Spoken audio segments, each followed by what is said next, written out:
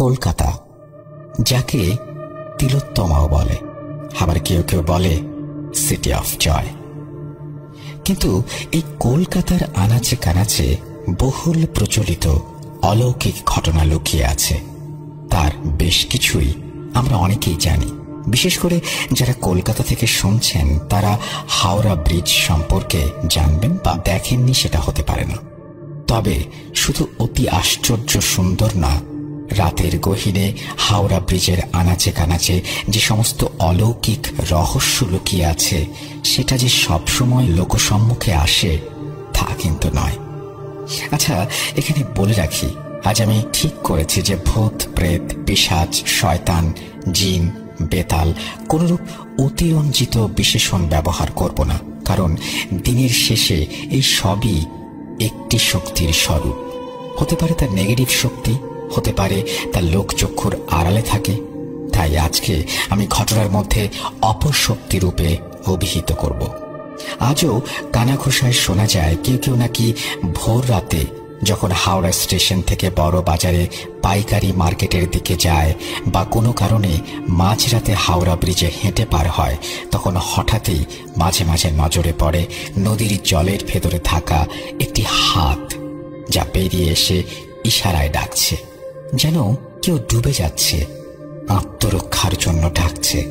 আবার কখনো কখনো ব্রিজের নিচের দিকে অন্ধকার অংশে একটি অস্পষ্ট ছায়ামূর্তি নাকি আর্তনাদ করে ওঠে। যারা এই বিষয়গুলো জানেন তারা নিজ নিজ ইষ্ট দেবতার নাম নিয়ে বিষয়গুলোকে এড়িয়ে চুপচাপ চলে যান। কিন্তু আবার কেউ কেউ না বুঝে জলের দিকে এগিয়ে যান।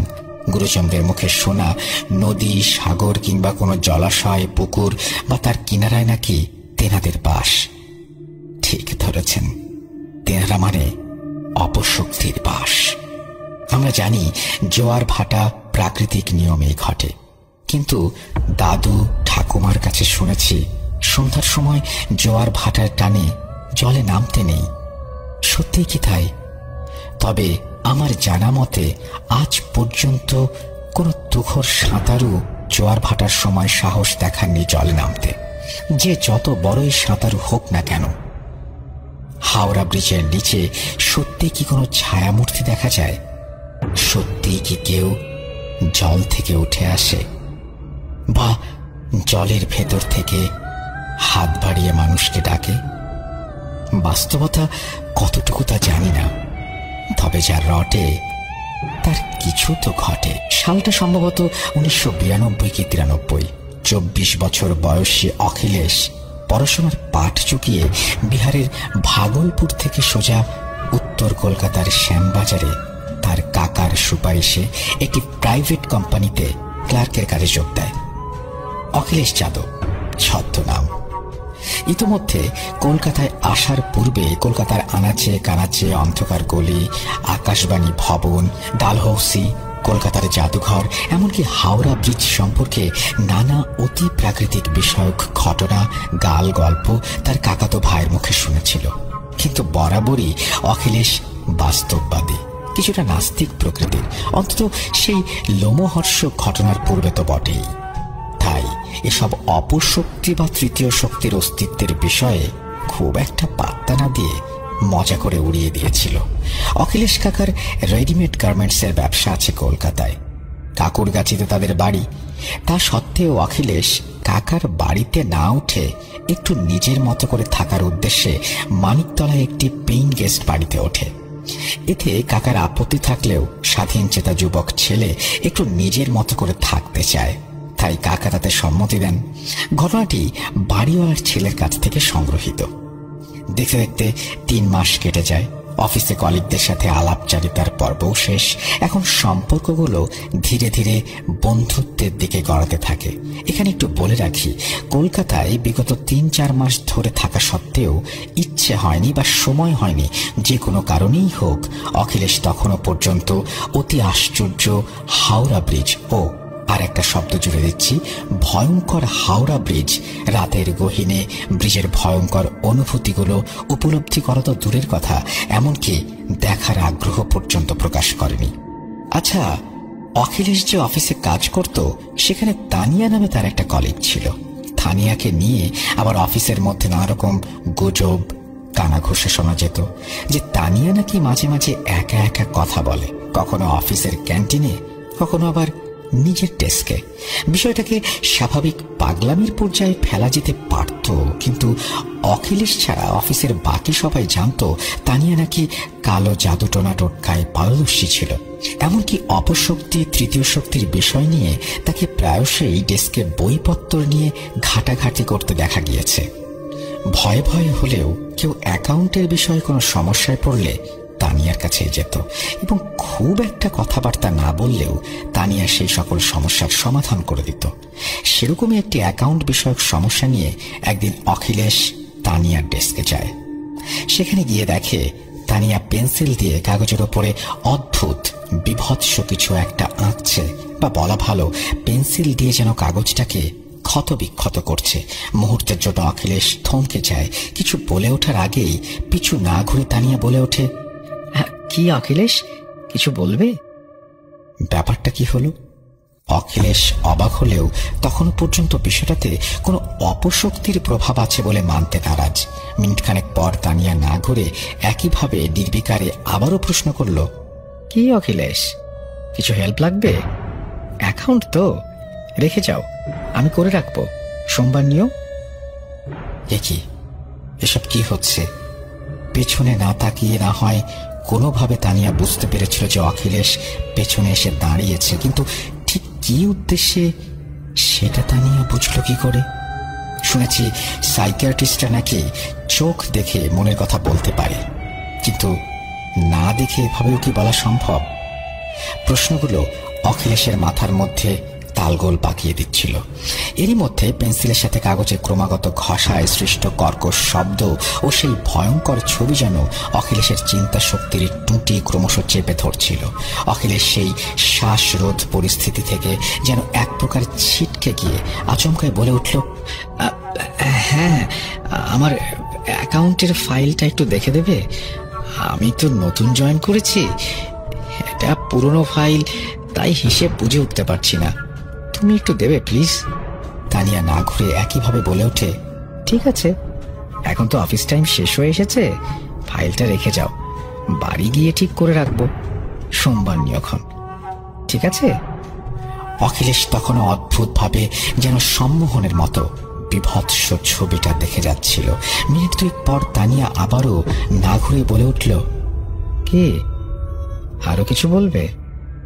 অখিলেশ এবারে ভিমড়ি খেয়ে থতমত খেয়ে বলল, না না, আমি জাস্ট তোমার ওই উদ্ভট আর্টটা দেখছিলাম, এরকম একটা ছবি আঁকছো, কি ভয়ঙ্কর দেখতে। এবারে তানিয়ার গলার স্বর বদলে যায়। গম্ভীর স্বরে তানিয়া বলে ওঠে, এটা সাধারণ কোনো ছবি না, এখানে তৃতীয় শক্তিকে আহ্বান করা হচ্ছে কারোর জন্য। সেই মুহূর্তে আর কোনো কথা না বাড়িয়ে অখিলেশের চলে আসা উচিত ছিল, কিন্তু অদৃষ্টে বোধহয় অন্য কিছু লেখা, তাই দুর্ভাগ্যবশত না ফিরে গিয়ে সেদিন তানিয়ার পেছনে দাঁড়িয়ে থেকে অখিলেশ বড্ড ভুল করে কিছুই মানে না। অখিলেশের ওইভাবে হেসে ওঠাটা উচিত হয়নি, বড্ড ভুল করে ফেলেছে। এবার তানিয়া ধীরে ধীরে ঘাড় ঘোরায়। তানিয়া দেখতে মোটামুটি সুন্দর, বেঁটে খাটো, মা লক্ষ্মীর মতো গোলগাল মুখ, বাম গালের আঁচিলটা যেন সুশ্রী মুখে চাঁদের কলঙ্ক। তবে সেই মুখের গোল গোল চোখের চাহনিতে সেদিন অখিলেশের বুকের রক্ত যেন শুকিয়ে গিয়েছিল। অখিলেশ পরিস্থিতি সামাল দিতে আর একটু হেসে উঠে বলল, না, আসলে এসব আমি বিশ্বাস করি না। শুনেছি লোকে প্রয়োজনে নাকি ভগবানকে ডাকে, কিন্তু এরকম মানে কোনো ভয়ঙ্কর অদ্ভুত একটা ছবি এঁকে কোনো তৃতীয় শক্তিকে ডাকা বিষয়টা কেমন একটা হয়ে গেল না? কাকে ডাকছো তুমি? এটা কি কোনো ধরনের ফাজলামি? তানিয়ার গলার স্বর বদলে যায়। রেগে কর্কশ কণ্ঠে বলে ওঠে, যতটুকু প্রয়োজন ততটুকুই বলা ভালো, এর বেশি বলা উচিত নয়। তোমার কাজ হয়ে গেছে না? এখানে দাঁড়িয়ে কি করছো? আর একটা বিষয়, কোথা থেকে এটাকে ভয়ানক দেখাচ্ছে তোমার কাছে? অখিলেশ আবারও কিছু বলতে যাবে, তার আগেই পেছন থেকে তাদের এক কলিগ রবিউল এসে হাত ধরে তাকে এক প্রকার সেখান থেকে টেনে নিয়ে যায়। বলে তার সঙ্গে কিছু দরকার আছে। আসলে অখিলেশ ছাড়া অফিসের সবাই জানতো তানিয়ার ব্যাপারটা, তাই কেউ ওকে খেপাতো না, যদি না আবার জাদু টোনা টোটকা করে দেয়। এখানে রবিউল অখিলেশকে নিয়ে ফিরে যাওয়ার সময় স্পষ্ট দেখেছিল তানিয়া যেন কটমট করে অখিলেশের দিকে তাকিয়ে বিভৎস ছবিটার ওপর কেমন যেন গোল গোল দাগ টানছে। অখিলেশ রবিউলের এই উদ্ভট আচরণে অবাক হয়ে জিজ্ঞেস করতে যাবে কিছু একটা, তার আগে রবিউল বলে ওঠে, জোর বাঁচা বেঁচে গেছো ভায়া, সময় থাকতে তোমাকে ওখান থেকে নিয়ে চলে এসেছি, এই তোমার ভাগ্য। তোমার কি মাথা খারাপ হয়ে গেছে নাকি? ও যা করছে করুক, তাতে তোমার কি? তুমি জানো তানিয়া জাদু টোনা টোটকা জানে, ভূত প্রেত তৃতীয় শক্তি জিন পিশাচ নিয়ে ওর ওঠা বসা। তুমি আজ যা দেখেছো আমরা 2 বছর ধরে দেখে আসছি, আমরা কেউ তাকে খেপাই না। একবার তো আমাদের এক কলিগের সঙ্গে তানিয়ার কথা কাটাকাটি হয়, তানিয়া শুধু কটমট করে তার দিকে তাকিয়ে বলেছিল, ঠিক আছে সাবধানে বাড়ি যাস। সেদিনই বেচারা অ্যাক্সিডেন্ট করে। বলতে পারো এটা কাকতালীয়, কিন্তু সেই কলিগ পরবর্তীতে বলে যে কোনো একটা কালো ধোঁয়ার ন্যায় অবয়ব নাকি তাকে গাড়ির সামনে ঠেলে দিয়েছিল। জানি না এর মধ্যে কতটা সত্যতা লুকিয়ে আছে, তবে তারপর থেকে তানিয়াকে এড়িয়েই চলি। তুমি এড়িয়ে চলো ভায়া, এটাই তোমার জন্য মঙ্গল হবে। কেবল তানিয়াকে ফাইল দিতে গিয়েছিল এবং সেখানে গিয়ে সেই ভয়ঙ্কর ছবি দেখে শুধুমাত্র তাকে জিজ্ঞেস করেছে, আর তো কিছু করেনি।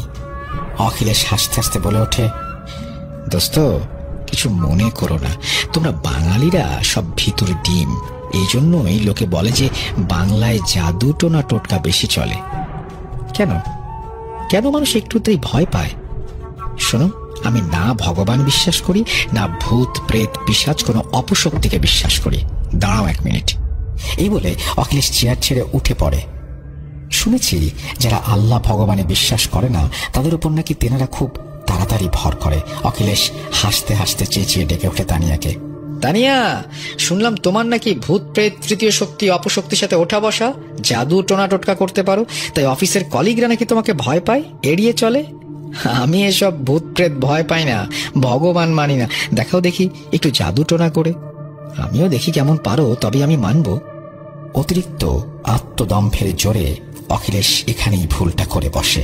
তানিয়া কটমট করে অখিলেশের দিকে তাকিয়ে অদ্ভুত রকমের একটা শয়তানি হাসি হেসে ধীর স্বরে বলে ওঠে, ঠিক আছে, তার আগে মাথা ব্যথার ওষুধ সকালে খেয়ে নিও। তানিয়া কেবল এটুকুই বলেছে মাত্র, তার কথাগুলো তখনও শেষ হয়নি। এদিকে হঠাৎ অখিলেশ মাথায় প্রচন্ড যন্ত্রণা অনুভব করে, একরকম ছটফট করতে করতে চেয়ারে বসে পড়ে। কিছু একটা ঘটছে বুঝতে পেরে কাঁপা কাঁপা হাতে তাড়াহুড়ো করে রবিউল জল এনে দেয় অখিলেশকে। অখিলেশ খিঁচিয়ে ওঠে, সে তখনও মানতে নারাজ। এবার রীতিমতো রেগেই সে আবারও বলে ওঠে, এসব মাথা ব্যথাটা তো কাকতালীয়, আসল ভূত প্রেত পাঠাও একটা দেখি।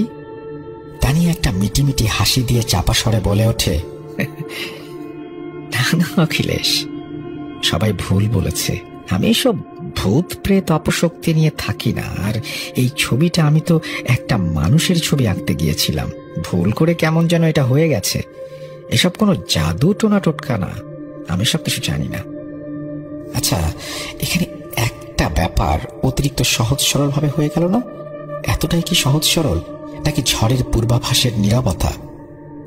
যাই হোক, তানিয়া স্বাভাবিকভাবে বলে, দেখো আমি তো ছবিটা আঁকতে পারিনি, তুমি বরং বাড়ি নিয়ে গিয়ে ঠিক করে এনো সোমবার। এই বলে তানিয়া সেই অদ্ভুত বিভৎস দেখতে ছবিটা গোল করে মুড়ে অখিলেশের বুক পকেটে ঢুকিয়ে দেয়। আর ঠিক তৎক্ষণাৎ আচমকাই মাথা ব্যথাটা বন্ধ হয়ে যায় অখিলেশের। মনে হলো যেন কোনো এক তৃতীয় শক্তির আগমনে মাথা ব্যথার টোটকাটা যেন তার কাছে তুচ্ছ হয়ে গেল। শান্ত শীতল স্বাভাবিক হাসি দিয়ে তানিয়া বলে, অফিসে সবাই কেন জানি না খালি আমার সম্বন্ধে এরকম উল্টাপাল্টা কথা বলে, যা ছড়ায় তা ঠিক না ভুল সেটা সময় বলে দেবে। ঠিক আছে, অফিস তো শেষ, আমি আসছি। এই বলে অফিসের গেট দিয়ে বেরোতে বেরোতে আবারও একটা মিটিমিটি হাসি দিয়ে তানিয়া বলে, ছবিটা ঠিক করে এনো কিন্তু। আমি বলেছি বিগত ৩-৪ মাস ধরে কলকাতা থাকা সত্ত্বেও অখিলেশ কখনো হাওড়া ব্রিজ দেখেনি বা দেখার ইচ্ছে প্রকাশ করেনি। কিন্তু সেদিন হঠাৎ কি মনে হলো, অফিস থেকে বেরিয়ে একটা অটো ধরে সোজা হাওড়া ব্রিজের দিকে যায়। সময়টা তখন সন্ধ্যা ৭টা কি সোয়া ৭টা হবে। অখিলেশ ব্রিজের কাছে পৌঁছে অটো থেকে নেমে চুপচাপ হেঁটে হেঁটে ব্রিজের মাঝখানের দিকে যায়। অটো চালক খুবই অবাক হয়ে বিষয়টা দেখলো, কারণ কেউ হাওড়া ব্রিজের দিকে এলে হয় হাওড়া স্টেশন যাবে, তাই ব্রিজের ওপারে স্টেশনে নামাবে, এটাই স্বাভাবিক, আর না হয় পাশে বড় বাজারের এদিকে নামবে। কিন্তু ব্রিজের গোড়ায় কাউকে নামিয়ে দিয়েছে, এরকমটা কখনো হয়নি। অটো চালক চুপচাপ দেখছিল। ব্রিজের রেলিং বরাবর ফুটপাত দিয়ে কিছুটা হেঁটে অখিলেশ দাঁড়ায়। কেন জানি তার ইচ্ছে হচ্ছিল এই বুঝি ঝাঁপ দেয় জলে, যেন জল তাকে ডাকছে, টানছে। ব্রিজের নিচটায় বেশ অন্ধকার, ফুল মার্কেটের আবর্জনা ঝোপের মতো হয়ে আছে। অদূরেই শ্মশানঘাট। এমনিতেই সন্ধ্যার পর ব্রিজের নিচের দিকটায় খুব একটা কেউ যায় না। অখিলেশ অটোর ভাড়া কিন্তু মিটিয়ে দিয়েছিল, তবু অটো চালক কেন যেন অদ্ভুতভাবে বিষয়টি দেখছিল দাঁড়িয়ে দাঁড়িয়ে। এরকম তো হতেই পারে, ডিপ্রেশন বা অন্য কোনো কারণে হুট করে ব্রিজে গিয়ে ঝাঁপ দিয়ে আত্মহত্যা করতে চায়। এর আগে এরকম বহু ঘটনা ঘটেছে হাওড়া ব্রিজে। সেরকম যদি কিছু একটা ঘটিয়ে বসে এই লোকটা। অখিলেশকে কিন্তু অটো চালক চেনে, প্রায়ই তাকে মানিকতলায় তার পেইং গেস্টের সামনে নামিয়ে দিয়ে আসতে হতো। অখিলেশের আজ অফিসের পর মনে হলো হাওড়া ব্রিজ দেখবে, তাই এখানে নিয়ে আসা। কিন্তু এখন সে যে ধরনের আচরণ করছে তাতে ব্যাপারটা বেশ গোল মেরে যাচ্ছে। মিনিট 10 ব্রিজের রেলিং ধরে জলের দিকে ঝুঁকে দাঁড়িয়ে অদ্ভুতভাবে কিছু একটা দেখছিল অখিলেশ। খানিক বাদে আবারও ফিরে আসে। এমন একটা ভাব দেখাচ্ছিল যেন অটো চালককে দেখতে পাচ্ছে না। একটা ঘোরের মধ্যে থেকে নীরবে অটো চালককে পাশ কাটিয়ে ব্রিজের পাশের ফুটপাতের ঝুপড়িগুলোর কোণা দিয়ে ধীরে ধীরে নিচে নেমে ফুল মার্কেটের আবর্জনা পার করে জলের কাছাকাছি গিয়ে দাঁড়ায়। প্রথমে এরকম অদ্ভুত ইচ্ছা হয়েছিল জলে ঝাঁপ দেবে, তারপরে কি মনে হলো ধীরে ধীরে নিচে নেমে গেল। যাই হোক, ঠিকই করেছে সে, কারণ ওই রকম উঁচু ব্রিজ থেকে ঝাঁপ দিলে তো আর আস্ত বেঁচে ফিরবে না। ছেলেটা কোনো অবৈধ নেশা টেশা করে না তো। এরকম ব্রিজের নিচে গিয়ে অন্ধকারে একটা ছায়ামূর্তির সাথে কথা বলছে। পোশাক পরিচ্ছদে এটুকু বোঝা যাচ্ছে অখিলেশের সামনে কোন একজন মহিলা দাঁড়িয়ে। উপর থেকে অটো চালক দেখে হঠাৎই ছায়ামূর্তিটা অন্ধকারে মিলিয়ে গেল এবং অখিলেশ আচমকাই বাঁধানো পার ধরে ধীরে ধীরে নদীর দিকে নেমে যাচ্ছিল। অটো চালক অখিলেশকে ডাকতে ছোট্ট একটা পাথর ছুঁড়ে মারে, চিৎকার করে ডাকে, কিন্তু চেঁচানোর সত্ত্বেও অখিলেশ শুনতে পারছিল না। কমসে কম ঢেলারও তো পৌঁছেছে, ভাগ্যিস গায়ে লাগেনি। কান ঘেঁষে জলে গিয়ে পড়ার সাথে সাথেই অখিলেশ চমকে ওঠে।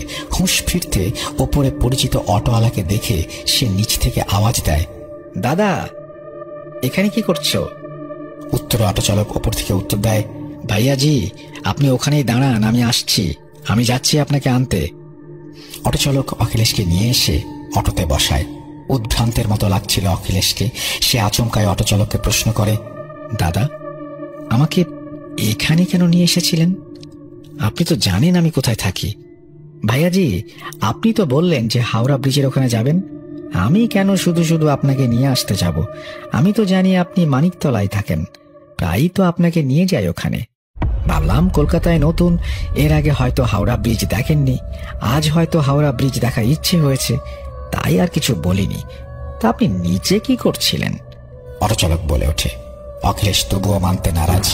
গো মেরে কিছুক্ষণ বসে থাকার পর হঠাৎই যেন একটা ঘোর থেকে বেরিয়ে আসলো, আমি তো এসেছিলাম সম্মানী দিতে, তেনার ডাক এসেছিল। অটো চালক এবার চমকে ওঠে, কি বলছেন? কার ডাক এসেছিল? তেনার মানে? আপনাকে নদীর কাছে ভর সন্ধ্যায় কে ডাকবে? আপনি ঠিক আছেন তো? অখিলেশ ধীর স্বরে ঘর ঘর করতে করতে বলে, আমাকে কেউ পাঠিয়েছে সম্মানী দিতে। অটো চালক কিছু একটা উপলব্ধি করতে পারছিল। আসলে কলকাতার বাসিন্দারা হাওড়া ব্রিজ সম্পর্কে অবগত ছিল। নদীর জলের থেকে চিৎকার, নিমতলা শ্মশানের দিক থেকে গভীর আর্তনাদ। এলাকাটা খুব একটা ভালো নয়। অটো চালক লুকিং মিরর দিয়ে লক্ষ্য করছিল অখিলেশ কেমন একটা হাঁসফাঁস করছে। অটো চালক অখিলেশের অবস্থা দেখে জিজ্ঞেস করে, আপনি ঠিক আছেন তো ভাইয়াজি? আপনি এর আগে কখনো নদীর কাছে এসেছিলেন নাকি এই প্রথমবার? যাই হোক, জোর বাঁচা বেঁচে গেছেন, আবারও হয়তো ডাক আসতে পারে। আর যদি কেউ পাঠিয়েছে তাহলে অবশ্যই ডাক আসবে। চেষ্টা করবেন আর কখনোই নদীর জলের কাছে যেন না যান। অখিলেশ একটু অবাক হয়। আরে কি বলছে সব যাতা? কেউ প্রথমবার ডেকেছিল, আমি নদীর কাছে গিয়েছিলাম, আবার ডাক আসবে, কি সব আবোল তাবোল। অখিলেশ একটু রেগেই প্রশ্নগুলো করে। অটো চালক অখিলেশের কথায় না রেগে বলে ওঠে, আসলে এই ধরনের ডাক দ্বিতীয়বার এলে এবং কেউ যদি সেই ডাকে সাড়া দেয় এবং নদীর কাছে আসে, ফিরে আসাটা অসম্ভব। আপনি একটু সাবধানে থাকবেন। আর বলে, দাদা আমাকে একবার হাওড়া ব্রিজের ওখানে নিয়ে চলো। অটো চালক একটু অবাক হয়, তারপর ভাবে হয়তো কিছু পড়ে গেছে বা ভুলে গেছে, তাই আবার কথা না বাড়িয়ে অখিলেশকে নিয়ে যায় সেখানে। আচ্ছা, একটু আগেই তো অটো চালক নিজেই বলেছিল যে তেনাদের ডাক বা অপশক্তির ডাক দ্বিতীয়বার আসলেই বিপজ্জনক হয়ে ওঠে। দুর্ভাগ্যবশত সেই দ্বিতীয়বারের ডাক বোধহয় এসে গেছে। অটো চালক দেখে ব্রিজের নিচে জঞ্জালের পাশে গিয়ে অখিলেশ বসে পড়ে। অখিলেশের ওই রকম অদ্ভুতভাবে নদীর পাড়ে জঞ্জালের কাছে অন্ধকারে বসে পড়াতে তার বুঝতে বাকি ছিল না কি হচ্ছে। নিশ্চয়ই কোনো অপশক্তি জল থেকে উঠে এসেছে এবং খেলা যা হবার হয়ে গেছে। নির্ঘাত কেউ এই অপশক্তিকে পাঠিয়েছে।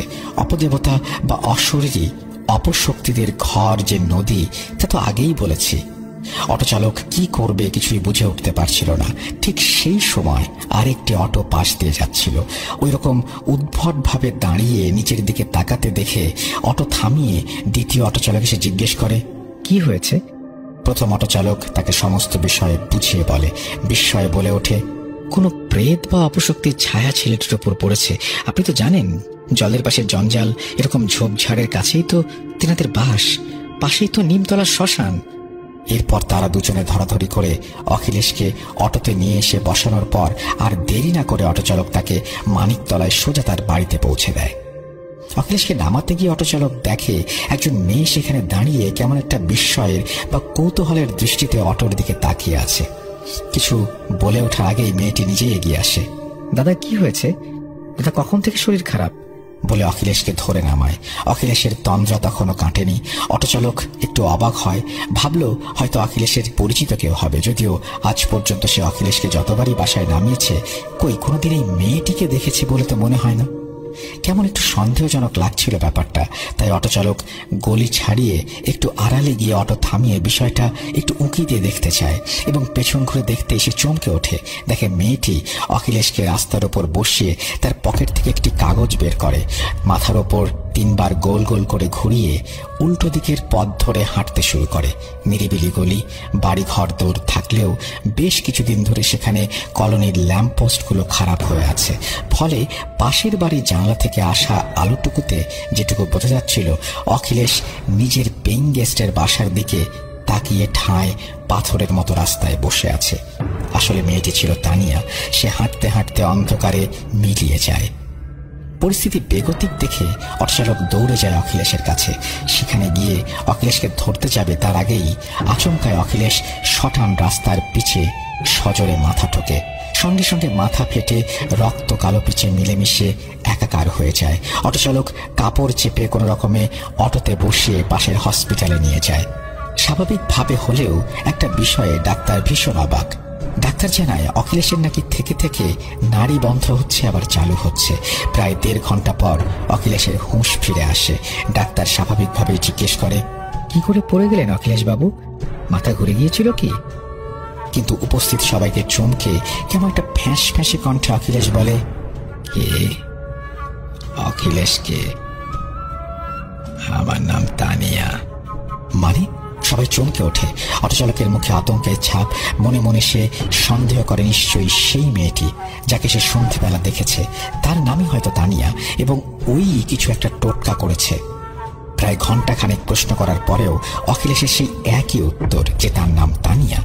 ডাক্তার অটো চালককে জানায় হয়তো মাথায় চোট লেগেছে তাই এরকম ভুল বকছে। তারা আরো 2 দিন অবজারভেশনে রাখতে চায় অখিলেশকে এবং অটো চালককে বলে যে বাড়ির লোকজনদের খবর দিতে। পেইং গেস্ট অফিস চিনলেও অখিলেশের কাকার বাড়ি অটো চালক চিনত না। এদিকে পেইং গেস্টের বাসায় এসে দেখে বাসা পুরো খালি, বাড়িওয়ালা ওখানে থাকে না। পরদিন শনিবার অফিস খোলা থাকবে কিনা কে জানে। কাল যদি না থাকে তাহলে সোমবার পর্যন্ত অপেক্ষা করতে হবে। অটো চালক পরদিন অফিসে গেলে দেখে অফিস বন্ধ। অগত্যা কি আর করা যায়। সোমবার অফিস খোলা মাত্রই অটো চালক সেখানে যায়। রবিউলও ঠিক সেই মুহূর্তে অফিসে ঢুকছিল। অটোচালকের মুখে অখিলেশের কথা শুনে চমকে ওঠে। তার চেয়েও বড় ধাক্কাটা খায় তানিয়ার নাম শুনে। রবিউল বুঝতে পারে খেলা যা হবার হয়ে গেছে। তারা দ্রুত হাসপাতালে যায়। রবিউল ডাক্তারকে বলে যে সে অখিলেশের বন্ধু, সমস্যা নেই, সে অখিলেশকে ডিসচার্জ করে নিয়ে যাবে। ডাক্তার শুনে হাসি মুখে বলে, তারা দরকার হবে না, অখিলেশ বাবুর বোন এসেছিল, তিনিই সব বিল ক্লিয়ার করে অখিলেশ বাবুকে ডিসচার্জ করে নিয়ে গেছেন। এই তো মিনিট 10-15 হলো। কি বলছেন? তার বোন নিয়ে গেছে মানে? আচ্ছা ডাক্তারবাবু, একটু বলবেন মেয়েটি কি একটু বেঁটে খাটো, গোল গোল মুখ, বাম গালে ছোট্ট একটা আঁচিল আছে? রবিউলের প্রশ্নে আবারও ডাক্তারবাবু সহাস্যে সম্মতি জানান। বেশি দেরি হয়নি। রবিউল ও অটোচালক এক প্রকার দৌড়ে হাসপাতাল থেকে বেরিয়ে আসে। হাসপাতাল থেকে বেরিয়ে বাঁদিকে একটি নিরিবিলি কাঁচা পাকা রাস্তা সোজা নদীর ঘাটের দিকে চলে গেছে। হঠাৎই তাদের নজর যায় সেই গলির ভেতর। দেখে অখিলেশ অজ্ঞান অবস্থায় পড়ে আছে। কাছে গিয়ে অখিলেশকে তুলতে যাবে, দেখে ডান হাতের দুটো আঙুল কাটা। মনে হচ্ছে কেউ চিবিয়ে ছিঁড়ে নিয়ে গেছে। ধরাধরি করে তারা আবারও অখিলেশকে হাসপাতালে নিয়ে আসে। ডাক্তার পরীক্ষা করে দেখে ভীষণ অবাক হয়ে বলেন, অখিলেশ বাবুর আঙুলগুলো কোনো কুকুর কামড়ে ছিঁড়েছে এমন তো মনে হচ্ছে না। দাঁতের যা দাগ তা দেখে মনে হচ্ছে বড় কোনো জন্তু কেটেছে। কিন্তু এই শহরতলিতে কি এমন জন্তু ঘুরে বেড়াচ্ছে যা মানুষের চোখে পড়েনি? আচ্ছা, এই অখিলেশ বাবুর বোন কোথায়? বোনের ব্যাপারটা নানা কথার মাঝে এড়িয়ে রবিউল ডাক্তারকে বলে, কে জানে ডাক্তারবাবু কোন জন্তুতে কেটেছে। বাকি অনুমানটা রবিউল চেপে যায়। হয়তো সে জানতো কে এই ঘটনা ঘটিয়েছে। পরবর্তীতে রবিউল বাড়িওয়ালাকে খবর দেয়, তবে অখিলেশ আর পেইন গেস্টের ওখানে ওঠেনি। বাড়িওয়ালা, রবিউল, অটোচালক সবাই মিলে তাকে তার কাকার বাড়ি রেখে আসে। অখিলেশ মাঝে মাঝেই পাগলামি করত, সুযোগ খুঁজত হাওড়া ব্রিজে যাবার জন্য, নদীর কাছে যাবার জন্য। হয়তো তার বাবা মায়ের পুণ্যের ফল কিনা জানি না, অখিলেশ 6 মাসের মধ্যে সুস্থ হয়ে ওঠে। কিন্তু এত কিছুর পরেও অখিলেশ ভগবানকে বিশ্বাস করেনি। ভূত, প্রেত, অপশক্তি, তৃতীয় শক্তিকে সে এখন ভীষণ ভয় পায়। নদী, নালা, জলসায় এড়িয়ে চলে। অখিলেশ কাজটা ছেড়ে দেয় এবং পাটনায় একটি জব নিয়ে সেখানে সেটেল করে। আজও মাঝে মধ্যে কলকাতায় এলে বাড়িওয়ালা, রবিউল এবং সেই অটো চালকের সাথে দেখা করে, কিন্তু হাওড়া ব্রিজে যাওয়া তো দূরের কথা, তার নাম মুখে আনতে চায় না। সেই ঘটনার পর থেকে তানিয়াকে আর অফিসে দেখা যায়নি। শোনা যায় পরবর্তীতে তানিয়া হাওড়া ব্রিজ থেকে ঝাঁপ দিয়ে আত্মহত্যা করেছে। তবে কানাঘুষায় লোক এও বলে আজও নাকি কেউ কেউ গভীর রাতে হাওড়া ব্রিজের ওপর কালো শাড়ি পরা একটি বেঁটে খাটো গোলগাল মুখওয়ালা মেয়েকে হেঁটে যেতে দেখে, যার বাম গালের আঁচিলটা রাতে ব্রিজের আলোতে স্পষ্ট দেখা যায়। The world is a very strange place. পৃথিবীটা হচ্ছে বড়ই অদ্ভুত একটা জায়গা। এই পৃথিবীতে যে কোনো সময় যে কোনো অবস্থায় ঘটে যেতে পারে যে কোনো অদ্ভুত রহস্যময় কিছু ঘটনা। পৃথিবীতে ঘটে যাওয়া অদ্ভুত রহস্যময় কিছু কিছু ঘটনার ব্যাখ্যা অনেক সময় পাওয়া যায়, আবার অনেক সময় পাওয়া যায় না। যে সকল ঘটনার ব্যাখ্যা পাওয়া যায় না, তাহলে সেগুলো কি মিথ্যে? আমি একটা সময় এমনই ভাবতাম, যে সকল ঘটনার কোনো ব্যাখ্যা নেই সেই সকল ঘটনার সবগুলোই বানোয়াট। আমি ভাবতাম এই পৃথিবীতে অদৃশ্য কোনো কিছুর কোনো অস্তিত্ব নেই। আর আমার এই ভাবনাটাই আমার জীবনের সবচেয়ে বড় খুশির সামনে দেয়াল হয়ে দাঁড়ায়। আমার সাথে ঘটে যাওয়া এই ঘটনা এই ধারণাটিকে দুমড়ে মুচড়ে ভেঙে দিতে চলেছে, তা আমার মোটেও জানা ছিল না। সুখে শান্তিতেই কেটে যাচ্ছিল, কিন্তু এই সুখ বেশি স্থায়ী হয়নি, আমার ভাগ্যে জোটেনি। কারণ একদিন হঠাৎ করে খবর আসে আমার হাজব্যান্ডের ট্রান্সফার হয়ে গেছে টাঙ্গাইল জেলার কোনো একটি উপজেলা স্বাস্থ্য কমপ্লেক্সে। কি আর করার, কিছুদিনের মধ্যেই আমি এবং আমার হাজব্যান্ড দুজনে চলে যাই টাঙ্গাইলে। টাঙ্গাইলে আমার হাজব্যান্ডের বেশ কিছু আত্মীয় থাকায় তাদেরকে আমার হাজব্যান্ড বলে রেখেছিলেন আমার জন্য বাসা খুঁজে রাখতে। সেই মোতাবেক তারা আমাদের জন্য একটি বাসা ঠিক করে রেখেছিলেন। 2016 সালের জুলাই মাসে আমরা সেই বাসাটিতে উঠে পড়ি। সেটি দোতলা বিশিষ্ট একটি বাসা। দোতলার ডান সাইডের ফ্ল্যাটটি আমরা ভাড়া নেই। ফ্ল্যাটটিতে 2টি রুম ছিল, একটি বড় ড্রয়িং রুম ছিল এবং 2টি ব্যালকনি ছিল। বাসাটি দেখতেও অনেক সুন্দর ছিল, চারিদিকে খোলামেলা। বাসাটির ঠিক পেছনে বড় খোলা একটি মাঠ এবং বাসাটির ডান পাশে একটু দূরে ছিল একটা পুকুর। বাসাটির পরিবেশ বেশ মনোমুগ্ধকর। বাসাটি নিয়ে এতগুলো কথা বলার পেছনে কারণ হচ্ছে এই ঘটনাটির মূল কেন্দ্রবিন্দুই এই বাসায় ওঠার কিছুদিন পর আমাদের খুব ভালোভাবেই কোনো প্রকার সমস্যা ছাড়া কেটে যায়। কিন্তু প্রতিদিন রাতে বাসার ছাদে থেকে একটা অদ্ভুত শব্দ শোনা যেত, যেন কেউ একটি ইটের ওপর অন্য একটি ইট দিয়ে আঘাত করছে, এবং তখন যে শব্দটা হয় ঠিক তেমন। যাই হোক, আমি এই বাসাটির পরিবেশ বেশ আনন্দ নিয়ে উপভোগ করছিলাম। প্রতিদিন বিকেলে ছাদে গিয়ে বসে থাকা, ঠান্ডা বাতাসে ছাদের মধ্যে হাঁটাহাঁটি করা, বাসার পেছনে মাঠে ছেলেপেলেরা ক্রিকেট ফুটবল খেলছে, তাদের খেলা ছাদে বসে বসে উপভোগ করা, এই সকল বিষয় আমার প্রতিদিনের একটা নিয়ম হয়ে গিয়েছিল। কিন্তু আমার এই আনন্দ যে ভয়ে পরিণত হতে চলেছে অচিরেই, তা আমার মোটেও জানা ছিল না। কেন বললাম এই কথা, তা এখনই আপনারা জানতে পারবেন।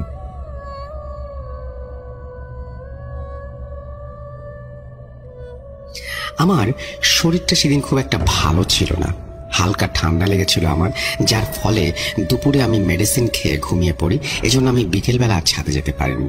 ঘুম ভাঙতে আমি দেখি সন্ধ্যা হয়ে গিয়েছে। ঘুম থেকে উঠে ফ্রেশ হয়ে আমি ছাদে যাবার জন্য বাসা থেকে বের হই, কারণ ছাদে আমাদের অনেকগুলো কাপড় ছিল, যে কাপড়গুলো সকালে শুকাতে দিয়েছিলাম। যাই হোক, ছাদের গেট দিয়ে আমি ছাদে যখন প্রবেশ করি, এমন সময় কানে অদ্ভুত একটা শব্দ আসে। আমি শুনতে পাই কোনো কিছু দুমড়ে মুচড়ে ভেঙে ফেললে যেমন শব্দ হয়, ঠিক তেমনি একটি শব্দ। এই শব্দের উৎস কোথায় সেটা খোঁজার জন্য যখনই আমি ছাদের বাম দিকে তাকাই, আমি ভয়ানক এক দৃশ্য দেখতে পাই। আমি দেখি পাশাপাশি একটি কলা গাছ এবং আরেকটি আতা গাছ দুটো ভয়ঙ্কর ভাবে কাঁপছে, এবং সেখান থেকে এমন শব্দ শোনা যাচ্ছে। আমি গাছগুলো থেকে এগিয়ে যাই এটা দেখার জন্য যে নিচে থেকে কে এই দুটো গাছগুলোকে এমন ভাবে ঝাঁকাচ্ছে। এরপর আমি ছাদের ওপর থেকে গাছগুলোর দিকে তাকাই, যা দেখতে পাই আমি তা দেখার জন্য মোটেও মানসিকভাবে প্রস্তুত ছিলাম না। আমি দেখি সেই গাছ দুটো সাপের মতো পেঁচিয়ে আছে, এবং গাছের গোড়ায় আবছা একটা কালো ছায়ার মতো কিছু একটা দেখা যাচ্ছে। এসব দেখে আমি প্রচন্ড ভয় পেয়ে যাই, এবং আমি আর 1 সেকেন্ড দেরি না করে বাসায় চলে আসি। এরপর আমার হাজবেন্ড বাসায় আসলে এই সমস্ত ঘটনা তাকে বলি, কিন্তু তিনি এসব ঘটনা বিশ্বাস করেন না। সেই রাতে আমাকে নিয়ে তিনি ছাদে যান, সেই গাছগুলো দেখান। সেই গাছগুলো দেখে আমি বেশ অবাক হয়ে যাই, কারণ সেই গাছগুলো তখন একদম স্বাভাবিক ছিল। আর এমনিতেই আমি এই সকল বিষয়ে তেমন একটা বিশ্বাস করতাম না। মানুষজন যখন এই ধরনের অস্বাভাবিক ঘটনাগুলো বলতো, সবকিছুই আমার কাছে বানোয়াট মনে হতো। প্রিয় লিসেনার্স, কি ভাবছেন? আমি সেই দিন সন্ধ্যায় যা দেখেছিলাম সেগুলো কি আমার চোখের ভুল ছিল? আমিও আপনাদের মতো এমনটাই ভেবেছিলাম, কিন্তু এই ছোট একটি অস্বাভাবিক ঘটনা যে ভয়াবহ একটি আগাম সংকেত দিচ্ছে, তা আমি মোটেও বুঝতে পারিনি। হ্যাঁ, একে একে আপনারা সবকিছুই জানতে পারবেন। একটু অপেক্ষা করুন এবং ধৈর্য ধরে শুনতে থাকুন সম্পূর্ণ ঘটনা। ওই ঘটনার পর কেটে যায় আরো 4 দিন। আমি সেই ঘটনাটি ভুলে যাই, কিন্তু ওই ঘটনার পর থেকে আমি ছাদে খুব কম যেতাম, কারণ ছাদে গেলে আমার মনের মাঝে কেমন যেন অস্থিরতা কাজ করত। যাই হোক, একদিন সকালে হঠাৎ আমার বাসায় দরজায় নক। দরজা খুলতে আমি দেখি পাশের ফ্ল্যাটের ভাবি দাঁড়িয়ে আছেন। আমি তাকে দেখে আমার বাসার ভেতরে আসতে বলি, কিন্তু তিনি আমাদের বাসার ভেতরে আসেন না। তিনি আমাকে বলেন আমি যেন ফ্রি হলে তার বাসায় যাই, আমার সাথে তার কিছু কথা আছে। আমি প্রায় সময়ই পাশের ফ্ল্যাটের ভাবির বাসায় গিয়ে গল্প করতাম, কিন্তু ভাবি আমাদের বাসায় কখনো আসতেন না। যাই হোক, ভাবির কথা মতো তাদের ফ্ল্যাটে যাই। ভাবি আমাকে বসতে বলেন। এরপর ভাবি বলেন, ভাবি, আপনাকে একটা কথা বলতে ভুলে গিয়েছিলাম। আপনি সন্ধ্যার পর কখনো ছাদে যাবেন না। আপনারা নতুন এসেছেন তো, এই বাসায় সন্ধ্যার পরে ছাদে যাওয়া নিষেধ। ছাদের সাথে লাগাও যে আতাফল গাছটি আছে, কিছু বছর আগে সেখান থেকে এই বাসারই একজন ভাড়াটিয়া আতাফল পাড়তে গিয়ে পড়ে ভয়াবহভাবে মারা যায়। এরপর থেকে ওই বাসার ছাদে সন্ধ্যার পরে যেই গিয়েছে সেই অস্বাভাবিক ঘটনার সম্মুখীন হয়েছে। এরপর থেকে রাতের বেলা এই ছাদে কেউ ওঠে না। যদিও আমি এসব তেমন বিশ্বাস করতাম না, এরপরও কেন জানি পাশের ফ্ল্যাটের ভাবির মুখে এই সমস্ত কথা শুনে আমার অনেক ভয় লেগেছিল। এরপর কিছুদিন কেটে যায় স্বাভাবিকভাবেই, কিন্তু মাঝে মাঝে রাতে আমি যখন বাসায় একা থাকতাম, আমার হাজবেন্ড যখন নাইট ডিউটিতে যেতেন, আমার গভীর রাতের দিকে মনে হতো আমি ছাড়া বাসার ভেতরে অন্য কারো উপস্থিতি আছে। আমি শুরুর দিকে ভেবেছিলাম এটা নিছক মনের ভুল, কিন্তু এক রাতে আমি বাসার ভেতরে যা দেখি সেটা আমাকে পুরো এলোমেলো করে দিয়েছিল। আমি কোনোদিন কল্পনাও করতে পারিনি আমার জীবনে এমন একটা কিছু ঘটতে পারে। আমি আমার বেডরুমে শুয়ে শুয়ে বই পড়ছিলাম, এমন সময় হঠাৎ আমার ড্রয়িং রুম থেকে অদ্ভুত কিছু শব্দ আমার কানে ভেসে আসে। ঘোড়া দৌড়ালে যেমন হয় ঠিক ঠিক তেমন আমি সাথে সাথে দৌড়ে ড্রয়িং রুমের দিকে যাই। ড্রয়িং রুমে গিয়ে দেখতে পাই, আমি জানি না এরকম দৃশ্য আর কোনো মানুষ তার জীবনে দেখেছে কিনা, ড্রয়িং রুমে প্রবেশ করতে আমি দেখি ভয়ানক আকৃতির ছাগলের একটা ভয়াবহ অবয়ব, সেটি ঠিক মানুষের মতো দাঁড়িয়ে আছে। সেই অবয়বটির মাথা ছাগলের মতো, পা দুটো ছাগলের মতো, কিন্তু সেই অবয়বটির হাত এবং মুখমণ্ডল ভয়ঙ্কর কোনো হিংস্র প্রাণীর মতো। সেই অবয়বটির হাত দুটিতে বড় বড় লম্বা নখ, মুখমণ্ডলের এক পাশে পুরো থ্যাঁতলানো। সেই জিনিসটির এক পাশের চোখ দিয়ে এক নাগাড়ে আমার দিকে তাকিয়ে আছে। আমি কি করব বুঝে উঠতে পারছিলাম না, আমার শরীর অবশ হয়ে যাচ্ছিল। এমন সময় হঠাৎই সেই অবয়বটি আমাকে উদ্দেশ্য করে ভয়ানক কণ্ঠে বলতে আসে, আমি এখানে থাকতে এসেছি কিনা, আমি নাকি এখানে থাকতে পারবো না। সে আমাকে চলে যেতে বলে এবং সে বলে এই জায়গাটি অপবিত্র, এই জায়গায় আমি থাকি, এখানে কোনো আদম সন্তানের নাকি স্থান নেই, এখানে সে থাকে। এই বলে অবয়বটি একটি বিকট চিৎকার দিয়ে পাশের জানলা দিয়ে লাফ দিয়ে বের হয়ে গেল। এরপর আমার কিছু মনে নেই। আমার যখন জ্ঞান ফিরে আসে, আমি দেখি আমি হাসপাতালের বেডে শুয়ে আছি, পাশে আমার হাজবেন্ড। তাকে বসে থাকতে দেখে আমি জিজ্ঞাসা করি আমি এখানে কিভাবে এলাম। আমার হাজবেন্ড বলতে শুরু করেন, আমি সকালবেলা ডিউটি শেষ করে বাড়িতে আসি, অনেকক্ষণ যাবত দরজায় নক করছি, কিন্তু ভেতর থেকে কোনো শব্দ পাচ্ছি না।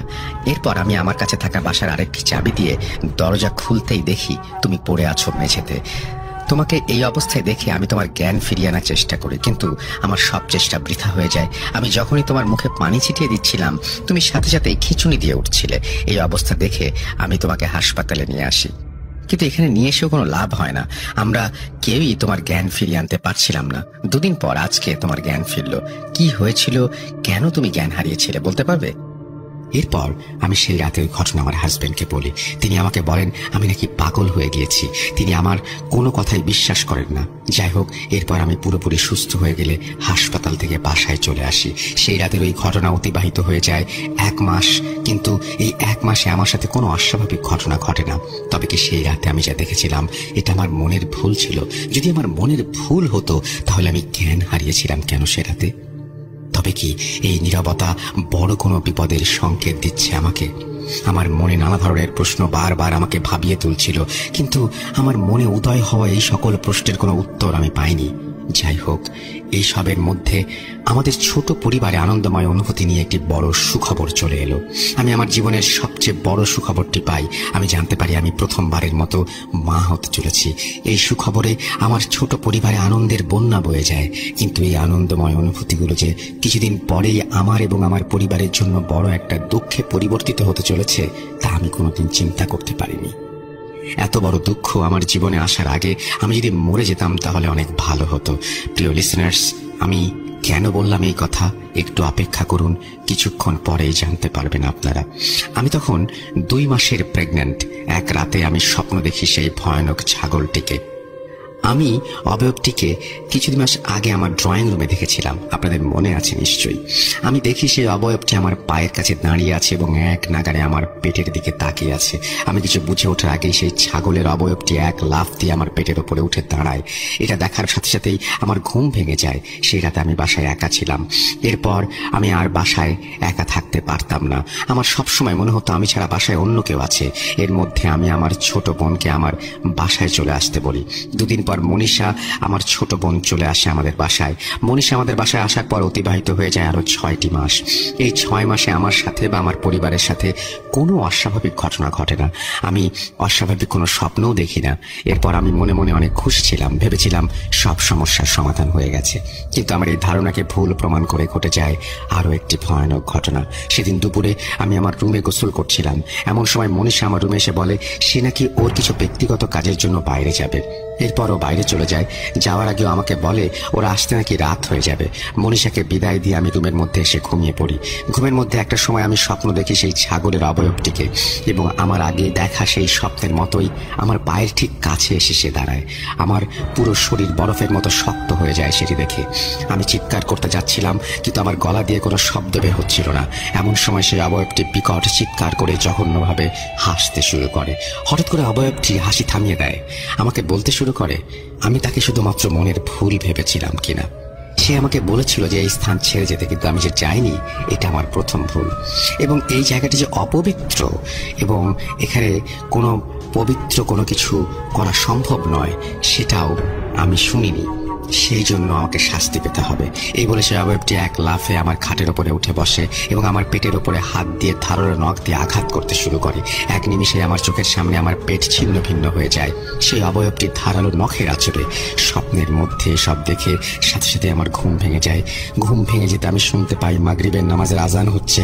এদিকে আমার পুরো শরীর ঘামে ভিজে গিয়েছে এবং আমার পুরো শরীরে যন্ত্রণা হচ্ছে। এরপর আমি আস্তে আস্তে বিছানা থেকে উঠে ওয়াশরুমে গিয়ে ফ্রেশ হয়ে এসে মাত্র বিছানায় বসেছি, এমন সময় হঠাৎ বাসার দরজায় কে যেন নক করে। দরজা খুলতেই দেখি মনীষা দাঁড়িয়ে আছে। মনীষার চেহারার দিকে তাকিয়ে আমি বেশ অবাক হয়ে যাই। ওকে কেমন যেন রাগান্বিত দেখাচ্ছিল, পুরো মুখ লাল হয়ে গেছে।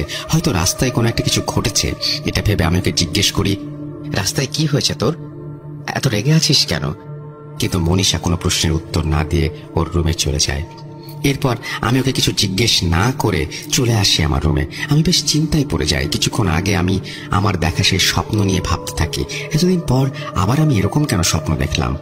মনে বারবার শুধুমাত্র এই প্রশ্নটাই করা নাড়ছিল, কিন্তু আমি এই প্রশ্নের কোনো কুল কিনারা করতে পারছিলাম না। যাই হোক, এক সময় মনীষা আমার রুমে এসে 2 কাপ চা হাতে নিয়ে ঢোকে। চায়ের একটা কাপ আমার দিকে এগিয়ে মনীষা বলে, আপু তোমার জন্য চা বানিয়ে এনেছি, নাও চা খাও।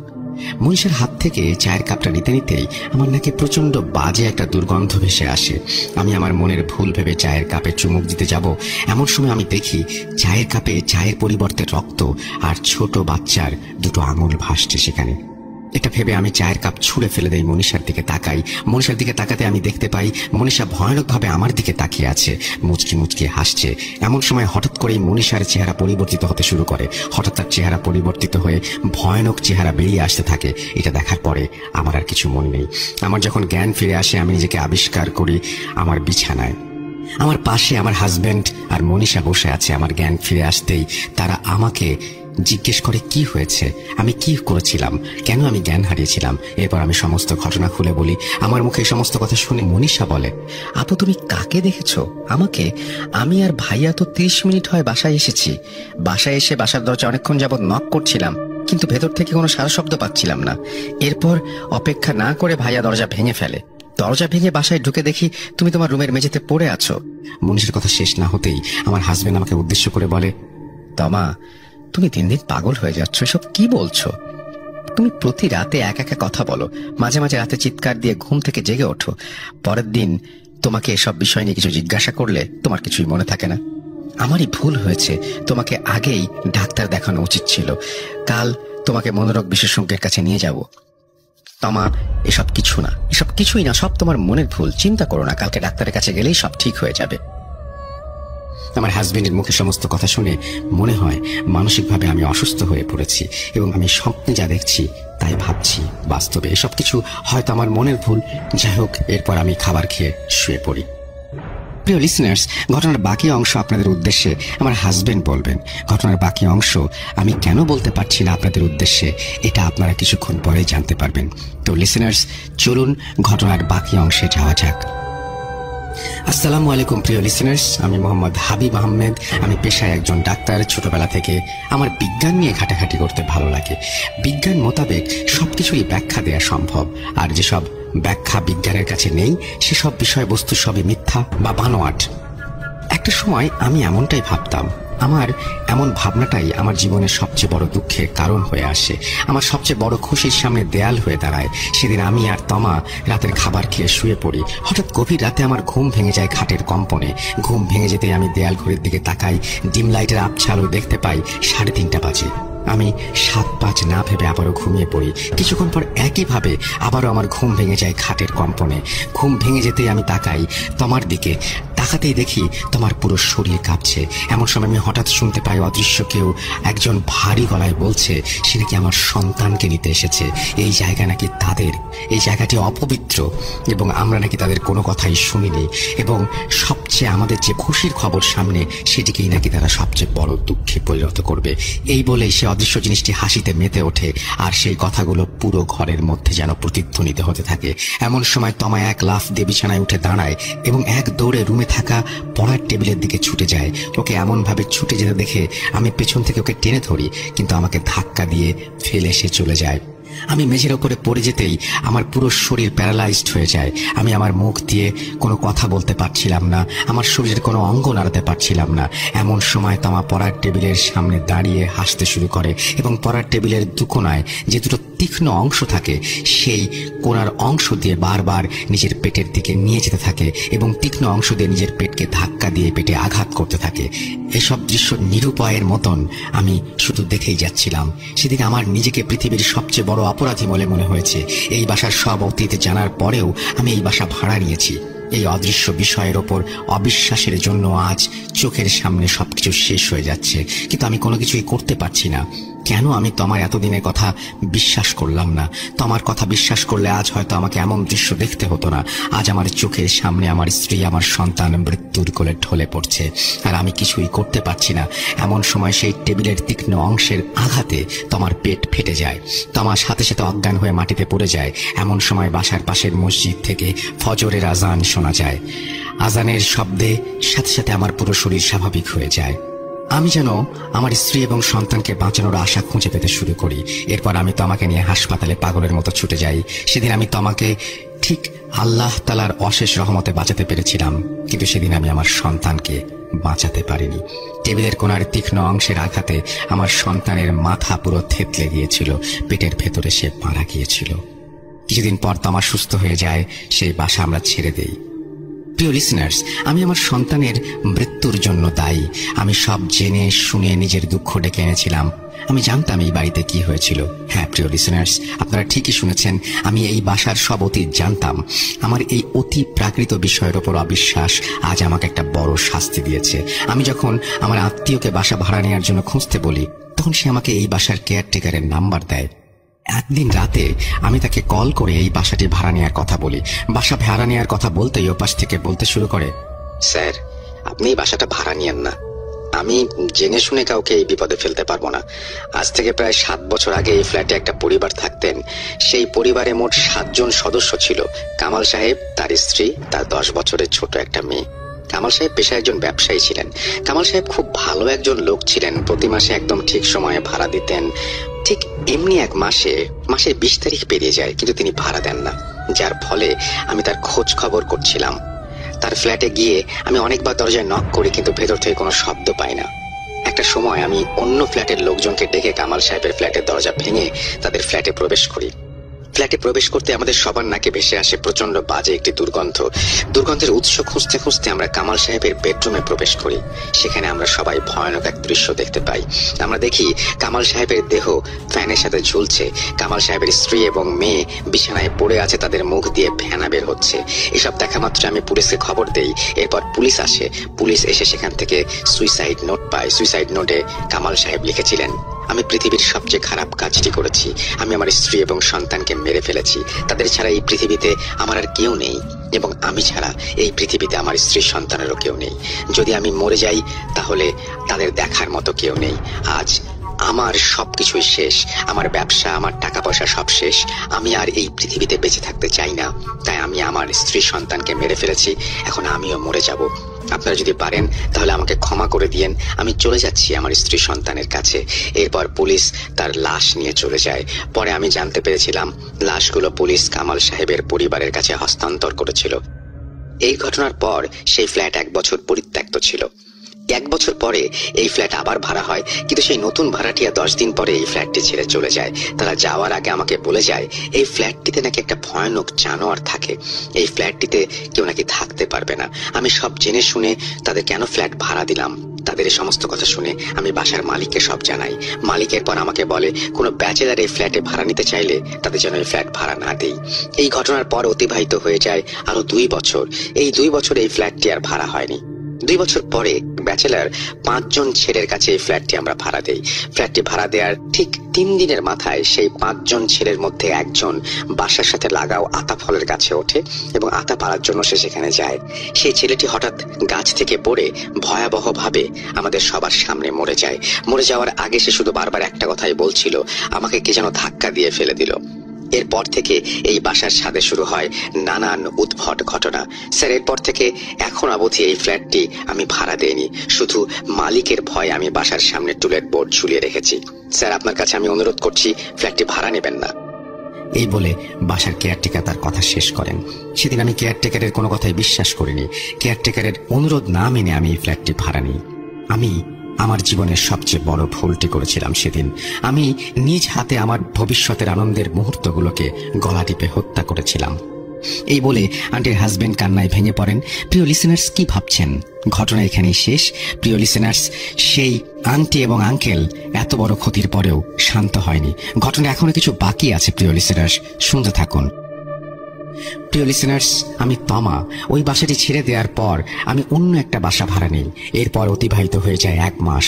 আমার সন্তানের মৃত্যুতে আমি খুব ভেঙে পড়েছিলাম। আমি নিতে পারছিলাম না এই দুঃখ, কিন্তু জীবন তো আর থেমে থাকে না। সবকিছু মানিয়ে মনকে স্বাভাবিক করে আমি আবার স্বাভাবিক জীবনে ফিরে আসি। তবে ওই বাসাটি ছেড়ে দেওয়ার পর আমার সাথে কোনো অস্বাভাবিক ঘটনা ঘটেনি।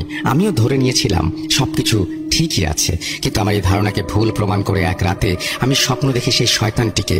আমি দেখি স্বপ্নে সেই ফ্ল্যাটটির মেঝেতে আমি শুয়ে আছি। সেই ছাগলের অবয়বটি ঠিক আমার পাশে, আমার পায়ের সামনে কি অদ্ভুত ভাষায় অনবরত বিড়বিড় করে যাচ্ছে। এটা দেখা মাত্র আমার ঘুম ভেঙে যায়। এরপর থেকে প্রায় সব সময় আমি একই স্বপ্ন দেখতাম। এরপর আমি আমার হাজবেন্ড আত্মীয়দের নিয়ে যাই সিলেটে এসব কিছুর সমাধানের উদ্দেশ্যে একজন ভালো হুজুরের সাথে দেখা করতে। হুজুরের সাথে দেখা করে আমরা আমাদের সব ঘটনা খুলে বলি। আমাদের সব ঘটনা শুনে হুজুর কাল আবার আসতে বলেন। পরদিন আবার হুজুরের কাছে যাই। এরপর হুজুর যা বলেন, আপনারা যে বাসাটির ফ্ল্যাটে থাকতেন সেখানে মোট 17 জন জিনের বসবাস। এরা কোনো সাধারণ জিন না, এরা কালো জাদু চর্চাকারী জিন। জিন জাতির মধ্যে এমন কিছু জিন জাতি আছে যারা কালো জাদু চর্চা করে, আর এসব জিনেরা সবসময় এমন অপবিত্র জায়গার সন্ধানে থাকে। সেই ফ্ল্যাটটিতে 2টি খুন এবং আত্মহত্যা হয়েছে। সবচেয়ে অপবিত্র জায়গা সেটি। ফলে এই 17 জন জিন সেই ফ্ল্যাটটিকে তাদের কালো জাদুর চর্চার জায়গা বানিয়েছে, যার ফলে আপনাদের এত বড় ক্ষতি হয়ে গেছে। আজ এখনো সেই জিনগুলো আপনাদের উপর দৃষ্টি দিয়ে রেখেছে। এর পেছনে কারণ আছে। কারণটি হচ্ছে আপনাদের পরবর্তীতে আর কোনো সন্তান যাতে না হয়, যদিও হয় তারা যেন পৃথিবীর মুখ দেখতে না পারে, পৃথিবীতে বেশি দিন থাকতে না পারে। তবে আপনারা চিন্তা করেন না, আল্লাহ তাআলা চাইলে সবকিছুরই সমাধান হয়ে যাবে। এরপর হুজুর প্রায় 6 মাস আস্তে আস্তে সময় নিয়ে রুকাইয়া করেন। আস্তে আস্তে আমি একদম স্বাভাবিক হয়ে যাই। এর প্রায় 2 বছর পর আমার একটা ফুটফুটের ছেলে সন্তান হয়। এখন আমি এবং আমার হাজবেন্ড খুব সুখে শান্তিতে বেঁচে আছি। আমার নানা ভাইয়ের মামা ছিলেন সাবেক মেম্বার, ওনার নাম ছিল জামিল মেম্বার। যেহেতু মামার বাড়ি ভারতের ভেতরে পড়েছে এবং আমাদের এলাকার মানুষ অবৈধভাবে পাসপোর্ট ভিসা ছাড়া ভারতে নিয়মিত যাতায়াত করত, তাই আমার নানা ভাই অবৈধভাবে ভারতে প্রবেশ করে তার মামার বাড়িতে বেড়ানোর উদ্দেশ্যে যায়। তখন আমার নানা ভাইয়ের বয়স ছিল 20 বছরের আশেপাশে। টকবগে তরুণ যুবক, সাহসে বুক ভরা। তো মামার বাড়িতে বেড়াতে গিয়ে তিনি ওই এলাকার একটি স্থানীয় বাজারে ঘুরতে ও কেনাকাটা করতে চান। তখন তিনি বাজারের লোকের কাছ থেকে শুনতে পান পাশেই এক বাড়িতে এক হিন্দু মহিলা তার স্বামীর সাথে ঝগড়া করে গলায় দড়ি দিয়ে আত্মহত্যা করেছে। তখন আমার নানা ভাই আগ্রহ নিয়ে ওই বাড়িতে মহিলাটির মৃতদেহ দেখতে যান। তখনই ঘটে বিপত্তি। আমার নানা ভাইয়ের জীবনে ঘটে যাওয়া এক ভয়ানক সত্য ঘটনা। ঘটনার শুরু এখান থেকেই।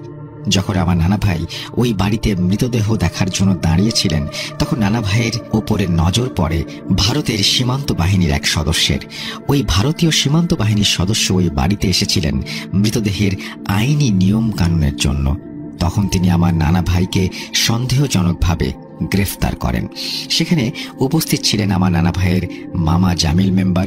তখন তিনি ও গ্রামবাসী আমার নানা ভাইকে ছেড়ে দেওয়ার অনেক অনুরোধ জানান, কিন্তু সেই ভারতীয় সীমান্ত বাহিনীর সদস্য ছিলেন নাছোড়বান্দা। তিনি কোনোভাবেই আমার নানা ভাইকে ছাড়লেন না। গাড়িতে উঠিয়ে ক্যাম্পের দিকে নিয়ে যেতে শুরু করলেন। যাওয়ার পথে ভারতীয় সীমান্ত বাহিনীর ওই গাড়িটি একটি ব্রিজের ওপরে এসে দাঁড়ায়। তখন আমার নানা ভাই গাড়ি থেকে নেমে ব্রিজের ওপর থেকে লাফিয়ে পানিতে পড়ে সাঁতরে ঝোপঝাড়ে ঢুকে যায়। তখন প্রায় সন্ধ্যার, সূর্য ডুবি ডুবি অবস্থায়, কিন্তু সেই ভারতীয় সীমান্ত বাহিনীর সদস্য ছিলেন নাছোড়বান্দা। তারা নানা ভাইকে খুঁজতে শুরু করলেন এবং তাদের সাথে যোগ হলো গ্রামের অনেক লোক। তারা গ্রামে ছড়িয়ে দিল আমার নানা ভাই নাকি ওই মহিলাকে খুন করে পালিয়ে গেছে। ওইদিকে আমার নানা ভাই তাদের থেকে বাঁচার চেষ্টায় একটি ঘন ঝোপে লুকিয়েছিলেন। প্রায় 2 ঘন্টা পর ওই জঙ্গল থেকে নানা ভাই বের হলেন। তখন তার উদ্দেশ্য ছিল যে করেই হোক মামার বাড়িতে যেতে হবে এবং সেখান থেকে যে কোনোভাবে হোক বাংলাদেশে চলে আসবেন। তখন প্রায় রাত 8টা। তখনকার সময় রাত 8টা মানে অনেক রাত। একে অজপাড়াগা, তার সাথে নেই বিদ্যুৎ, চারিদিক যেন ঘন জঙ্গল আর জনমানব শূন্য। নানা ভাই যেহেতু সেখানে নতুন ছিলেন, তিনি রাস্তাঘাট তেমন চিনতেন না। তিনি ঝোপ থেকে বের হয়ে জঙ্গলের ভেতর দিয়ে একটি রাস্তাতে উঠলেন। যেহেতু তিনি রাস্তা চিনতেন না, তাই খুঁজতে থাকলেন কেউ আছে কিনা।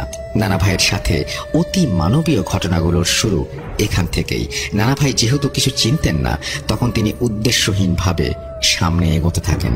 সামনে এসে রাস্তার পাশে দেখতে পান এক বৃদ্ধ মহিলা সাদা কাপড়ে কুঁচো হয়ে হাতে লাঠি নিয়ে আস্তে আস্তে হেঁটে নানা ভাইয়ের দিকে আসছে। তখন আমার নানা ভাই ওই মহিলাকে জিজ্ঞেস করে, জামিল মেম্বারের বাড়িটা কোথায়? মহিলা উত্তরে তার পিছন পেছন যাওয়ার ইশারা করে। নানা ভাইও বাধ্য ছেলের মতন তার পিছু নিতে শুরু করলো। যদিও ওই মহিলাটি বৃদ্ধ এবং কুঁচো ছিল, কিন্তু আমার নানা ভাই কিছুতেই হেঁটে মহিলাটিকে পেছনে ফেলতে পারছিলেন না। কিছুটা সামনে যাওয়ার পর একটি বড় বটগাছের সামনে এসে হঠাৎ যেন মহিলাটি আমার নানা ভাইয়ের চোখের সামনে হাওয়ায় মিলিয়ে যান। নানা ভাই তখন প্রচন্ড ভয়ে দৌড় মারেন এবং এসে এক বাড়ির উঠোনে আছড়ে পড়েন আর হাউমাউ করে চিৎকার করে কাঁদতে শুরু করেন। বাড়ির ভেতর থেকে দুটি বাচ্চা বের হয়ে আসে এবং কি হয়েছে নানা ভাইয়ের কাছে জানতে চায়। নানা ভাই তখন তার সাথে ঘটে যাওয়া সকল ঘটনা বলে। তখন বাচ্চাগুলো বলে, এই এলাকায় এটা স্বাভাবিক ঘটনা, এই ঘটনা নাকি আগে অনেকবার অনেকের সাথে ঘটেছে। নানা ভাই বাচ্চাদের জামিল মেম্বারের বাড়িতে যাবার রাস্তার কথা জিজ্ঞেস করলে তারা বলে, এই তো একটু সামনে। তখন নানা ভাই বাচ্চাগুলোকে বলে একটু এগিয়ে দিয়ে আসতে। বাচ্চাগুলো এক কথায় না বলে দেয়, বলে এই রাস্তায় অনেক অস্বাভাবিক ঘটনা ঘটে, তাই তারা নানা ভাইকে এগিয়ে দিতে যেতে পারবে না। তখন নানা ভাই অসহায়ের মতন একাই পথ চলতে শুরু করেন। আমি আগেই বলেছি নানা ভাই ছিলেন প্রচন্ড সাহসী। নানা ভাই যখন একটু সামনে যায়, তখন তিনি পেছনে তাকিয়ে দেখেন তিনি যে বাড়িতে বাচ্চাগুলোর কাছ থেকে সাহায্য চেয়েছিলেন সেই বাড়িও নেই, বাচ্চাগুলোও নেই। তখন তো নানা ভাই আরো ভয় পেয়ে গেলেন। বুকে সাহস সঞ্চার করে তারপরও তিনি সামনে এগিয়ে চললেন। একটু সামনে যেতেই নানা ভাইয়ের পেছনে একটি কালো কুঁচকুঁচে বিড়াল হাঁটতে শুরু করলো। বিড়ালটিকে দেখে নানা ভাই স্বাভাবিক মনে করলেও কিছুক্ষণের মধ্যেই তার ভুল ভেঙে গেল। যতই সামনে যাচ্ছেন ততই যেন বিড়ালটি আকারে একটু একটু করে বড় হচ্ছে। এমন এক সময় এলো যখন বিড়ালটিকে আর স্বাভাবিক মনে হলো না। সেটি একটি কুকুরের আকার ধারণ করলো এবং বিকট শব্দে ঘর ঘর করতে লাগলো। তখন নানা ভাই ভয় না পেয়ে আল্লাহর নাম নিয়ে বিড়ালটিকে সজোরে একটি লাথি মারেন। তখন বিড়ালটি বিকট আওয়াজ করে হাওয়ায় মিলিয়ে যায়। এই রাস্তা ধরে একটু সামনে যেতে না যেতেই নানা ভাই এসে পড়েন একটি পুরনো শ্মশানে। নানা ভাই তখনও বুঝতে পারেনি এটি একটি শ্মশান। তিনি শ্মশানের এক কোণে দেখতে পেলেন তিনটি সাদা ধবধবে ঘোড়া শ্মশানের এপার থেকে ওপারে দৌড়াদৌড়ি করছে। শ্মশানকে আরেকটু সামনে যেতেই নানা ভাই দেখতে পান অনেকগুলো কালো এবং সাদা বেড়াল একে অপরের সাথে প্রচন্ড মারামারিতে লিপ্ত। তখন নানা ভাই অসহায়ের মতন কি করবেন বুঝতে পারছেন না, তাই শ্মশানের মাঝখানে দাঁড়িয়ে আছেন তিনি চুপচাপ। কিছুক্ষণ পর তিনি বুকে সাহস সঞ্চার করে এক দৌড়ে সামনে চলে যান। এই সকল অস্বাভাবিক ঘটনা এখানে শেষ হলে পারত, কিন্তু একজনের সাথে এক রাতে এতগুলো ঘটনা যে অকল্পনীয় সেটাও সঠিক। নানা ভাই শ্মশান পেরিয়ে 10 মিনিট হাঁটার পর আরো একটি অতি মানবীয় ঘটনার সাক্ষী হন। তিনি তখন একটি পুরাতন বটগাছের নিচে এসে দেখতে পান একটি পাগল সারা শরীরে সাদা কাপড় জড়িয়ে মাথা নিচু করে সামনে একটি মোমবাতি নিয়ে কি যেন বিড়বিড় করে বলছে। তখন নানা ভাই লোকটিকে একটি স্বাভাবিক মানুষ ভেবেছিলেন, কিন্তু তার ভুল ভেঙে যায়। তিনি দেখতে পান লোকটির পাশে একটা সাদা ধপধপে বেড়াল, যার কিনা আবার পাখা আছে, উড়ে বেড়াচ্ছে। নানা ভাইকে দেখে বিড়ালটি খুবই হিংস্র ভঙ্গিতে তাকিয়ে থাকলো। বিড়ালটি তাকানোর সাথে সাথেই সেই সাদা আলখেল্লা পরা লোকটি নানার দিকে দৃষ্টি দেয়। এ যেন এক বিভৎস চেহারা। তার মুখে কোনো মাংস নেই, চোখের কোণায় জল জল করছে। আর নানা ভাই জীবনের আশা ছেড়ে দিয়েছিলেন তখন প্রায়। তিনি করুণভাবে ওই লোকটির কাছে জীবন ভিক্ষা চাইলেন। তিনি বললেন, আমি তো কারো কোনো ক্ষতি করি নাই, তাহলে আমাকে মেরে তুমি কি পাবে? আমাকে দয়া করে ছেড়ে দাও, আমি তোমার কথা কাউকে বলবো না। তখন হঠাৎ ওই ভয়ানক চেহারার লোকটি যেন হাওয়ায় মিলিয়ে যায়। তখন নানা ভাই এক দৌড় মারে এবং অবশেষে মামার বাড়িতে এসে হাউমাউ করে চিৎকার করে কেঁদে ফেলে। তখন তার মামার বাড়িতে তাকে নিয়েই কথাবার্তা চলছিল। নানা ভাইয়ের মামা নানা ভাইয়ের চেহারা দেখে বুঝতে পেরেছেন ওনার সাথে কি ঘটেছে। তিনি ঘটনা বলতে চাইলে নানা ভাইয়ের মামা কিছু না শুনে গোসল করে আসতে বলেন। তারপর থেকে নানা ভাইয়ের প্রায় 3 দিন যাবত একটানা প্রচন্ড জ্বর ছিল। সেই জ্বর নিয়ে তিনি বাংলাদেশে ফেরত আসেন এবং একজন ভালো হুজুরের কাছে চিকিৎসা গ্রহণ করেন। যখন হুজুর জানান তার সাথে যতগুলো ঘটনা ঘটেছে সবগুলো একটি জিন দ্বারা সংঘটিত হয়েছে। জিনটি চেয়েছিল নানা ভাইকে ভয় দেখিয়ে তার ক্ষতি করতে, কিন্তু আবার নানা ভাই ছিল প্রচন্ড সাহসী। জিনটি নানা ভাইকে ক্ষতি করার সাহস করে। তাই কুলিয়াচর থানার কোনো একটি গ্রামে, সঙ্গত কারণে গ্রামের নামটি উল্লেখ করতে পারছি না, ঘটনাটি আজ থেকে 50 বছর আগে আমার চাচা ওমর হাসানের সাথে ঘটে। ঘটনাটি আমার বাবার মুখে বহুবার শুনেছি। আমার চাচা ওমর হাসান তখন সদ্য ইন্টারমিডিয়েট পাশ করেছেন। আমার দাদার ইচ্ছে ছিল ছেলেকে ঢাকায় উচ্চশিক্ষার জন্য পাঠাবেন, কিন্তু চাচার পড়াশোনা করতে অতটা ভালো লাগতো না। উনি পড়াশোনা করবেন না, গ্রাম থেকে কিছু একটা করবেন। দাদা বলেছিলেন, গ্রামেই যখন থাকবা তখন তুমি তাহলে আমার জমি জমাগুলো দেখো, তুমি চাষাবাদ করো। কিন্তু তার চাষাবাদের প্রতিও মন বসে না। ওনার ইচ্ছা ছিল মাছের চাষ করবে। আমার দাদার অনেক জমি জমার মাঝে দুটো ধানের জমি ছিল, যেখানে ধান চাষ করলেও ধানের ফলন ততটা ভালো হতো না, প্রতি বছর লোকসান হতো। তাই দাদা সিদ্ধান্ত নিলেন ওই জমি দুটো তার ছেলের ইচ্ছে মতো মাছ চাষ করার জন্য, মাছের ঘের তৈরি করার জন্য দেবেন। ভাবনা মতন ঘের তৈরির জন্য গ্রামের কয়েকজন গরিব কামলাকে নিয়োগ দেয়া হলো। 5 দিন মাটি খনন করে তারা ছোটখাটো একটা ঘের তৈরি করে দেবেন। যেদিন থেকে ঘের খননের কাজ শুরু হবে তার আগের রাতে আমার দাদা স্বপ্ন দেখেন দাদা তার ঘরের বারান্দায় একটা চৌকিতে বসে হাত পাখা দিয়ে বাতাস করছেন। এমন সময় অচেনা একজন বয়স্ক মানুষ আসলেন দাদার সাথে কথা বলতে। দাদা লোকটিকে চিনতে পারলেন না। আগন্তুক লোকটি দাদাকে বড় একটি সালাম দিয়ে তার চৌকির এক কোণায় বসলো। দাদা লোকটিকে বললেন, আপনাকে তো ঠিক চিনতে পারলাম না, কে আপনি? ওই লোকটি দাদার প্রশ্নের কোনো জবাব না দিয়ে সরাসরি বলল, আপনারা কালকে আমাদের ওই জমি খননের কাজ শুরু করবেন না, আর যদি করেন তাহলে ওই জমির ডান পাশে থাকা গাব গাছটি যেন কাটা না হয়। গাছটি যদি কাটা হয় তাহলে কিন্তু আপনাদের পরিবারে অনেক বড় ক্ষতি হয়ে যাবে। এটুকু বলে লোকটি উঠে সোজা হাঁটা দিল। দাদা লোকটির পেছন পেছন যান। কে আপনি? এই কথা কেন বলছেন? বলতে বলতে বাড়ির বাইরে গিয়ে সেই লোকটিকে আর খুঁজে পেলেন না। স্বপ্নটা এতটুকুই ছিল।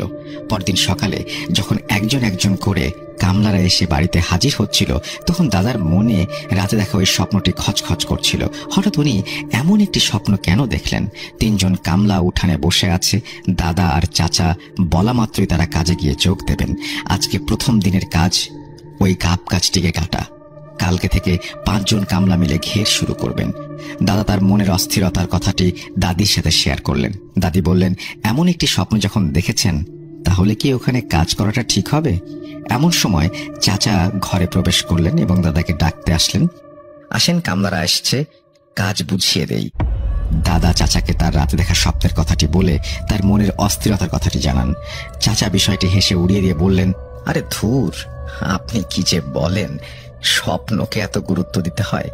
আসেন যাই, কামলারা বসে আছে, কাজ শুরু করে দিতে হবে, না হলে ওই গাছ নিয়ে বসে থাকতে হবে। আসেন তো। বলে দাদার হাত ধরে কামলাদের সাথে ওই জমির কাছে নিয়ে গেলেন। কামলারা কোমরে গামছা বেঁধে কোড়াল দিয়ে দড়ি হাতে নিয়ে উঠে পড়ল গাছের ডালে। প্রথমে গাছের বড় ডালগুলি এক এক করে কেটে দিয়ে বেঁধে নিয়ে নামানো হলো। গাছে যে 2 জন উঠেছেন তাদের একজনের নাম আরশ আলী, আরেকজনের নাম শফিকুল। আর 3 জন কামলার একজন দাঁড়িয়ে চাচা আর দাদির সাথে কি যেন নিয়ে আলাপ করছিলেন। কথার ফাঁকে ফাঁকে তাদের কানে আসলো আরশ আলী আর শফিকুল যে গাছে কোড়াল দিয়ে আঘাত করছিল, সেই আঘাতের শব্দটি তারা শুনতে পাচ্ছিলেন। আরশ আলী একবার গাছ থেকে জোরে বলে ওঠেন, ইয়াসির রে, গাছে কি পরিমাণ পিঁপড়া, কামড়িয়ে শরীরটা ফুলিয়ে ফেললো। শফিকুলও বলল, হ্যাঁ, আমাকেও কামড়াচ্ছে। আরশ আলী আরো একটি কোপ বসান গাছের ডালে। সাথে সাথেই একটি আত্মচিৎকার দিয়ে গাছের ডাল থেকে নিচে জমিতে ধপাস করে পড়ে যান। আর গাছের ওপরে থাকা শফিকুল সাপ সাপ বলে চিৎকার করতে করতে হুড়মুড়িয়ে নিচে নেমে আসেন। সবাই চমকে ওঠে আরশ আলীর কাছে ছুটে যান। আরশ আলীর হাঁটুর ওপরে সাপের কামড়ের দাগ স্পষ্ট দেখা যাচ্ছে। আরশ আলী মাটিতে পড়ে ছটফট করছেন। চিৎকারে আশেপাশের মানুষ জমা হয়ে গেল। আরশ আলীকে ধরাধরি করে দাদার বাড়িতে নিয়ে আসা হলো। উঠোনে চাটায় পাতিয়ে তাকে শুইয়ে দেয়া হলো। কামড় দেবার ওপরে জায়গায় গামছা দিয়ে শক্ত করে বেঁধে দেয়া হলো। একজন ছুটে গেলেন ওঝা ডাকতে। ওঝা নিয়ে ফিরে আসতে আসতে ততক্ষণে আরশ আলী মারা গেলেন। আকস্মিক এমন দুর্ঘটনায় গ্রামের মানুষজন বাকরুদ্ধ হয়ে গেল। দাদার ভীষণ কষ্ট হতে লাগলো। তাদের কাজ করতে এসে এমন একটি তরতাজা প্রাণ ঝরে গেল। 1 সপ্তাহ কাজটি বন্ধ থাকলো। 1 সপ্তাহ পরে বড় চাচা দাদাকে বললেন, 1 সপ্তাহ তো কাজটা পিছিয়ে গেল, কাল থেকে না হয় আবার শুরু করি। দাদার মনটা কেন জানি সায় দিচ্ছিল না। কিন্তু আমার বড় চাচা ছিলেন একরোখার বদমেজাজি টাইপের মানুষ। উনি অশান্তি করবেন বলে দাদা মানা করেননি। পরদিন আরো কিছু মানুষ এসে মাঠে গেল গাব গাছটি কাটার জন্য। প্রথম 1-1.5 ঘন্টা কোনো সমস্যা হয়নি। 2টি ডাল কাটা হয়ে গেছে। তৃতীয় ডালটি যেই লোকটি কাটার জন্য কোপ দিয়েছেন, কোপ দেবার সাথে সাথে হঠাৎ করে তার পেটে ভীষণ ব্যথা শুরু হয়। সে গাছ থেকে নিচে নেমে আসে। নিচে নেমেই প্রচন্ড বমি করতে থাকে। এক সময় বমি করতে করতে তার নাক মুখ দিয়ে রক্ত বের হতে শুরু করে। তাকে ধরাধরি করে হাসপাতালে নিয়ে যাওয়া হয়। লোকটির ভাগ্য ভালো, সে বেঁচে যায়। তারপর থেকে আর কাউকে রাজি করানো যায়নি ওই গাছটি কাটার জন্য। চাচার ওই কথা, ওই গাছ রেখে তিনি ঘের তৈরি করবেন না, গাছটি তিনি কাটবেনই। দাদা দাদি অনেক বুঝিয়ে তাকে রাজি করান, গাছটি রেখেই যেন ঘেরটা কাটা হয়। চাচা মুখে রাজি হলেও মনে মনে দৃঢ় প্রতিজ্ঞ হলেন যে দাদাকে না জানিয়ে একদিন চুপি চুপি যেভাবেই পারেন গাছটি উনি কেটেই ছাড়বেন। এবার আর কোনো কামলা নেওয়া দেবেন না। চাচা তার 3 জন বন্ধুকে রাজি করালেন কোনো একদিন ফজরের আজানের পর ওনারা সবাই মিলে ওই গাছটি কেটে ফেলবেন পুরোপুরি সূর্য ওঠার আগেই। তাহলে দাদা আর তাদেরকে বাধা দিতে পারবে না। প্ল্যান মোতাবেক ওনারা নির্দিষ্ট একটি রাত ঠিক করলেন। বাড়ি থেকে ওই রাতে গাছটি কাটার জন্য বের হতে চাইলে দাদা দাদি টের পেয়ে যেতে পারেন। তাই তিনি সেই রাতে দাদিকে বললেন আজ রাতে তিনি তার বন্ধু বাচ্চুর সাথে ঘুমাবেন। চাচা মাঝে মাঝেই তার বন্ধুর বাড়িতে থাকতেন, তার বন্ধুরাও তার সাথে থাকতে আসতো, তাই দাদি মানা করেননি। চাচার 2 বন্ধু কালাম আর রঞ্জু সেই রাতে বাচ্চুর বাড়িতে চাচার সাথে একসাথেই ছিলেন। ফজরের আজানের প্রথম আওয়াজ পাওয়ার পরপরই চাচারা নিজেদের যার যার শরীর বন্ধ করে গাছটি কাটার উদ্দেশ্যে রওনা দেন। সেদিন চাচার তার বন্ধুদের ভাগ্য ভালো ছিল বলে ওনারা সকালে সূর্য মাথার ওপর ওঠার আগেই গাছটি কেটে ফেলতে সক্ষম হন। বিজয়ের হাসি হেসে চাচা বাড়িতে ফিরে আসেন। দাদা সবটা শুনে মনে মনে অনেক ভয় পেয়েছিলেন, না জানি আবার কোন অঘটন ঘটে। সেই রাতে আমার দাদা দাদি দুজনেই এক ভয়ানক স্বপ্ন দেখেন। ওনাদের দুজনের স্বপ্নই ছিল এরকম, ওনারা দেখতে পান দাদার ওই জমিতে একটি লোকের লাশ উল্টো করে কোমর অব্দি মাটির নিচে গাঁথা রয়েছে। এই স্বপ্নটি দেখে ওনারা ভীষণ চিন্তিত আর ভয়ার্ত হয়ে পড়েন। চাচাকে এই কথাটি জানানো হলে চাচা অট্ট হাসিতে ফেটে পড়েন। উনি বলেন, বনের বাঘে খায় না, মনের বাঘে খায়। তারপরেও দাদি ছেলের নিরাপত্তার জন্য এক হুজুরের কাছ থেকে একটি তাবিজ এনে গলায় পরিয়ে দেন। মার জোড়াজড়িতে চাচা ওই তাবিজটি কিছুদিন গলায় পড়ে থাকেন। আর এক সময় দেখতে দেখতে চাচার স্বপ্নের ঘেরটিও কাটা হয়ে যায়। ওই ঘেরে চাচা কিছু তেলাপিয়া, দেশি কই আর ঘাস খাপ মাছের চাষ করেন। চাচা খুব খুশি ছিলেন তার নতুন কাজ নিয়ে। ঘের থেকে যেন মাছগুলি চুরি না হয় সেজন্য পাহারা দেবার জন্য উনি ঘেরের পাশেই ছোট একটি চালা ঝাপড়া বানিয়ে সেখানেই পাহারা দেবেন বলে ঠিক করেন। প্রথম কয়েক রাত আমার চাচা আর দাদা একসাথে ওই ঘেরে পাহারা দিচ্ছিলেন পালা করে। একজন ঘুমাতেন আর একজন জেগে পাহারা দিতেন। কিছুদিন পর চাচা দাদাকে মানা করে দেন রাতে তার সাথে ওইখানে পাহারা দিতে, কারণ দাদার অসুবিধা হচ্ছে ঘুমের এবং শরীরটা ভেঙে পড়ছিল। আর চাচা যেহেতু তরতাজা ছিলেন, তিনি ভাবলেন যে বাবার বদলে তিনি পাহারা দেবেন, এবং বাবা থাকলে তার মধ্যে একটা অস্বস্তিও কাজ করত। সে কারণে তিনি বাবাকে আর পাহারা দিতে দেননি। ওনার বন্ধুরা ওনার সাথে রাতে থাকলে অনেক খেলাটেলা করা যায়, সিগারেট খাওয়া যায়, সেজন্য তিনি তার বন্ধুদেরকে পালা করে একের পর এক সাথে নিয়ে ঘের পাহারা দিতে শুরু করেন। দেখতে দেখতে মাসখানেক চলে যায়। চাচার গলায় তখনও হুজুরের দেয়া সেই তাবিজটা ছিল বলে চাচা কোনোদিন কোনো ভয় ডরের সম্মুখীন হননি। তাবিজটি যে এই কালো মাদুলি বা কালো সুতোর মধ্যে লটকানো, নিয়মিত গোসল করার কারণে সুতোতে ভিজতে ভিজতে নরম হয়ে যায় এবং একদিন ছিঁড়ে যায়। চাচা ওই তাবিজটি বালিশের তলায় রেখে দেন, ভাবেন নতুন একটি মাদুলি এনে তখন আবার গলায় দেবেন। চাচা কি জানতেন আর হয়তো তিনি ওই তাবিজটি গলায় পরার সুযোগ পাবেন না। সে রাতেই ঘটে যায় ভয়ানক এক নির্মম ঘটনা। আর সেই ঘটনার জের ধরে দুঃখে শোকে আমার দাদি প্রায় 8 মাসের মতন পাগল অবস্থায় ছিলেন। সবসময় কাঁদতেন, কাউকে চিনতে পারতেন না। আমার চাচার কবরের পাশে গিয়ে দিনরাত বসে থাকতেন। তাকে জোর করেও বাড়িতে নিয়ে আসা যেত না। অনেক দিন চিকিৎসার পর দাদি শোক কাটিয়ে সুস্থ হন। চলুন আপনাদেরকে ফিরিয়ে নিয়ে যায় সেই ভয়ানক রাতের ঘটনায়। ঘটনার রাতে চাচা যখন আমার দাদা দাদি আর ছোট ভাই বোনদের সাথে রাতের খাবার খেতে বসেন, চাচার গলায় তাবিজ নেই দেখে দাদি জানতে চান তাবিজ কোথায়। চাচা বলেন সুতো ছিঁড়ে গেছে, সুতো এনে আবার গলায় পরবেন। খাওয়া দাওয়া শেষে চাচা দাদা দাদির কাছ থেকে বিদায় নিয়ে একটি হ্যারিকেন আর গান শোনার জন্য তার ছোট্ট প্রিয় রেডিওটি নিয়ে ঝাপড়া ঘরটিতে যান। সেই রাতে চাচার সাথে থাকার কথা ছিল তার বন্ধু সাইফুলের। সাইফুল চাচার বাড়িতে সেদিন তার বড় বোন আর বোন জামাই এসেছিল, তাই আর সেই রাতে তিনি যেতে পারেননি, কিছুটা দেরি হয়ে গিয়েছিল। রাতে খাবার শেষে বোন জামাইয়ের সাথে কিছুক্ষণ আড্ডা দেওয়ার ফলে সাইফুল চাচা ছোট একটা টর্চ নিয়ে চাচার ঘেরের উদ্দেশ্যে রওনা দেন। সাইফুল চাচা যখন ঘেরের কিছু কাছাকাছি আসলেন তখন ওনার কানে আসে পানির মধ্যে অনেকজন মানুষ মিলে ঝাপটাঝাপটি করছে এরকম একটি শব্দ। চাচা শব্দটি পেয়ে কিছুটা ভয় পেয়ে যান। কি ব্যাপার, হঠাৎ এমন হচ্ছে কেন? সাইফুল চাচা জায়গায় দাঁড়িয়ে কান পেতে শব্দটি শুনতে থাকেন। শব্দটি আস্তে আস্তে প্রবল হচ্ছে। একসময় মনে হলো পানিতে ভারী একটা কিছু দিয়ে কোনো একজনকে জোরে ছুঁড়ে মারা হচ্ছে। সাথে অনেক মৃদু চাপা গোঙানির শব্দও ভেসে আসছে। সাইফুল চাচা ভয়ে ভয়ে ওমর চাচার নাম ধরে ডাক দিলেন, কিন্তু চাচার কোনো জবাব তিনি পেলেন না। সাইফুল চাচা তখন কি করবেন বুঝতে পারছেন না। উনি কি সামনে এগিয়ে দেখবেন কি হচ্ছে ঘেরের মধ্যে, নাকি পিছিয়ে বাড়িতে ফিরে যাবেন? ওমরের কোনো বিপদ হলো না তো? এই অবস্থায় তিনি বাড়িতেই বা কিভাবে ফিরে যাবেন? যা থাকে কপালে ভেবে তিনি মনে মনে দোয়া পড়ে পা চালিয়ে ঘেরে এসে উপস্থিত হন। তখনও সেই শব্দটি পাচ্ছিলেন। উনি ওমর চাচার নাম ধরে ডাক দেন। ঘেরের দিকে টর্চ টিপ দিতেই দেখতে পেলেন লোমহর্ষক এক দৃশ্য। উনি দেখলেন ওমর চাচা ঘেরের পানিতে অদৃশ্য কিছু একটার সাথে ঝাপটাঝাপটি করছে। চাচা যেন পানিতে ওঠার চেষ্টা করছে, কিন্তু অদৃশ্য কিছু চাচার ঘাড় পানিতে দাবিয়ে রেখেছে। সাইফুল চাচা ছিলেন অনেক ভীতু প্রকৃতির। উনি এমন দৃশ্য তার জীবনে কোনোদিন দেখেননি। উনি বন্ধুকে পানিতে বাঁচাতে নামলে ওনাকেও হয়তো বিপদে পড়তে হবে, তাই তিনি সাহায্যের আশায় চিৎকার করতে করতে ছুটে আসেন আমার দাদার বাড়িতে।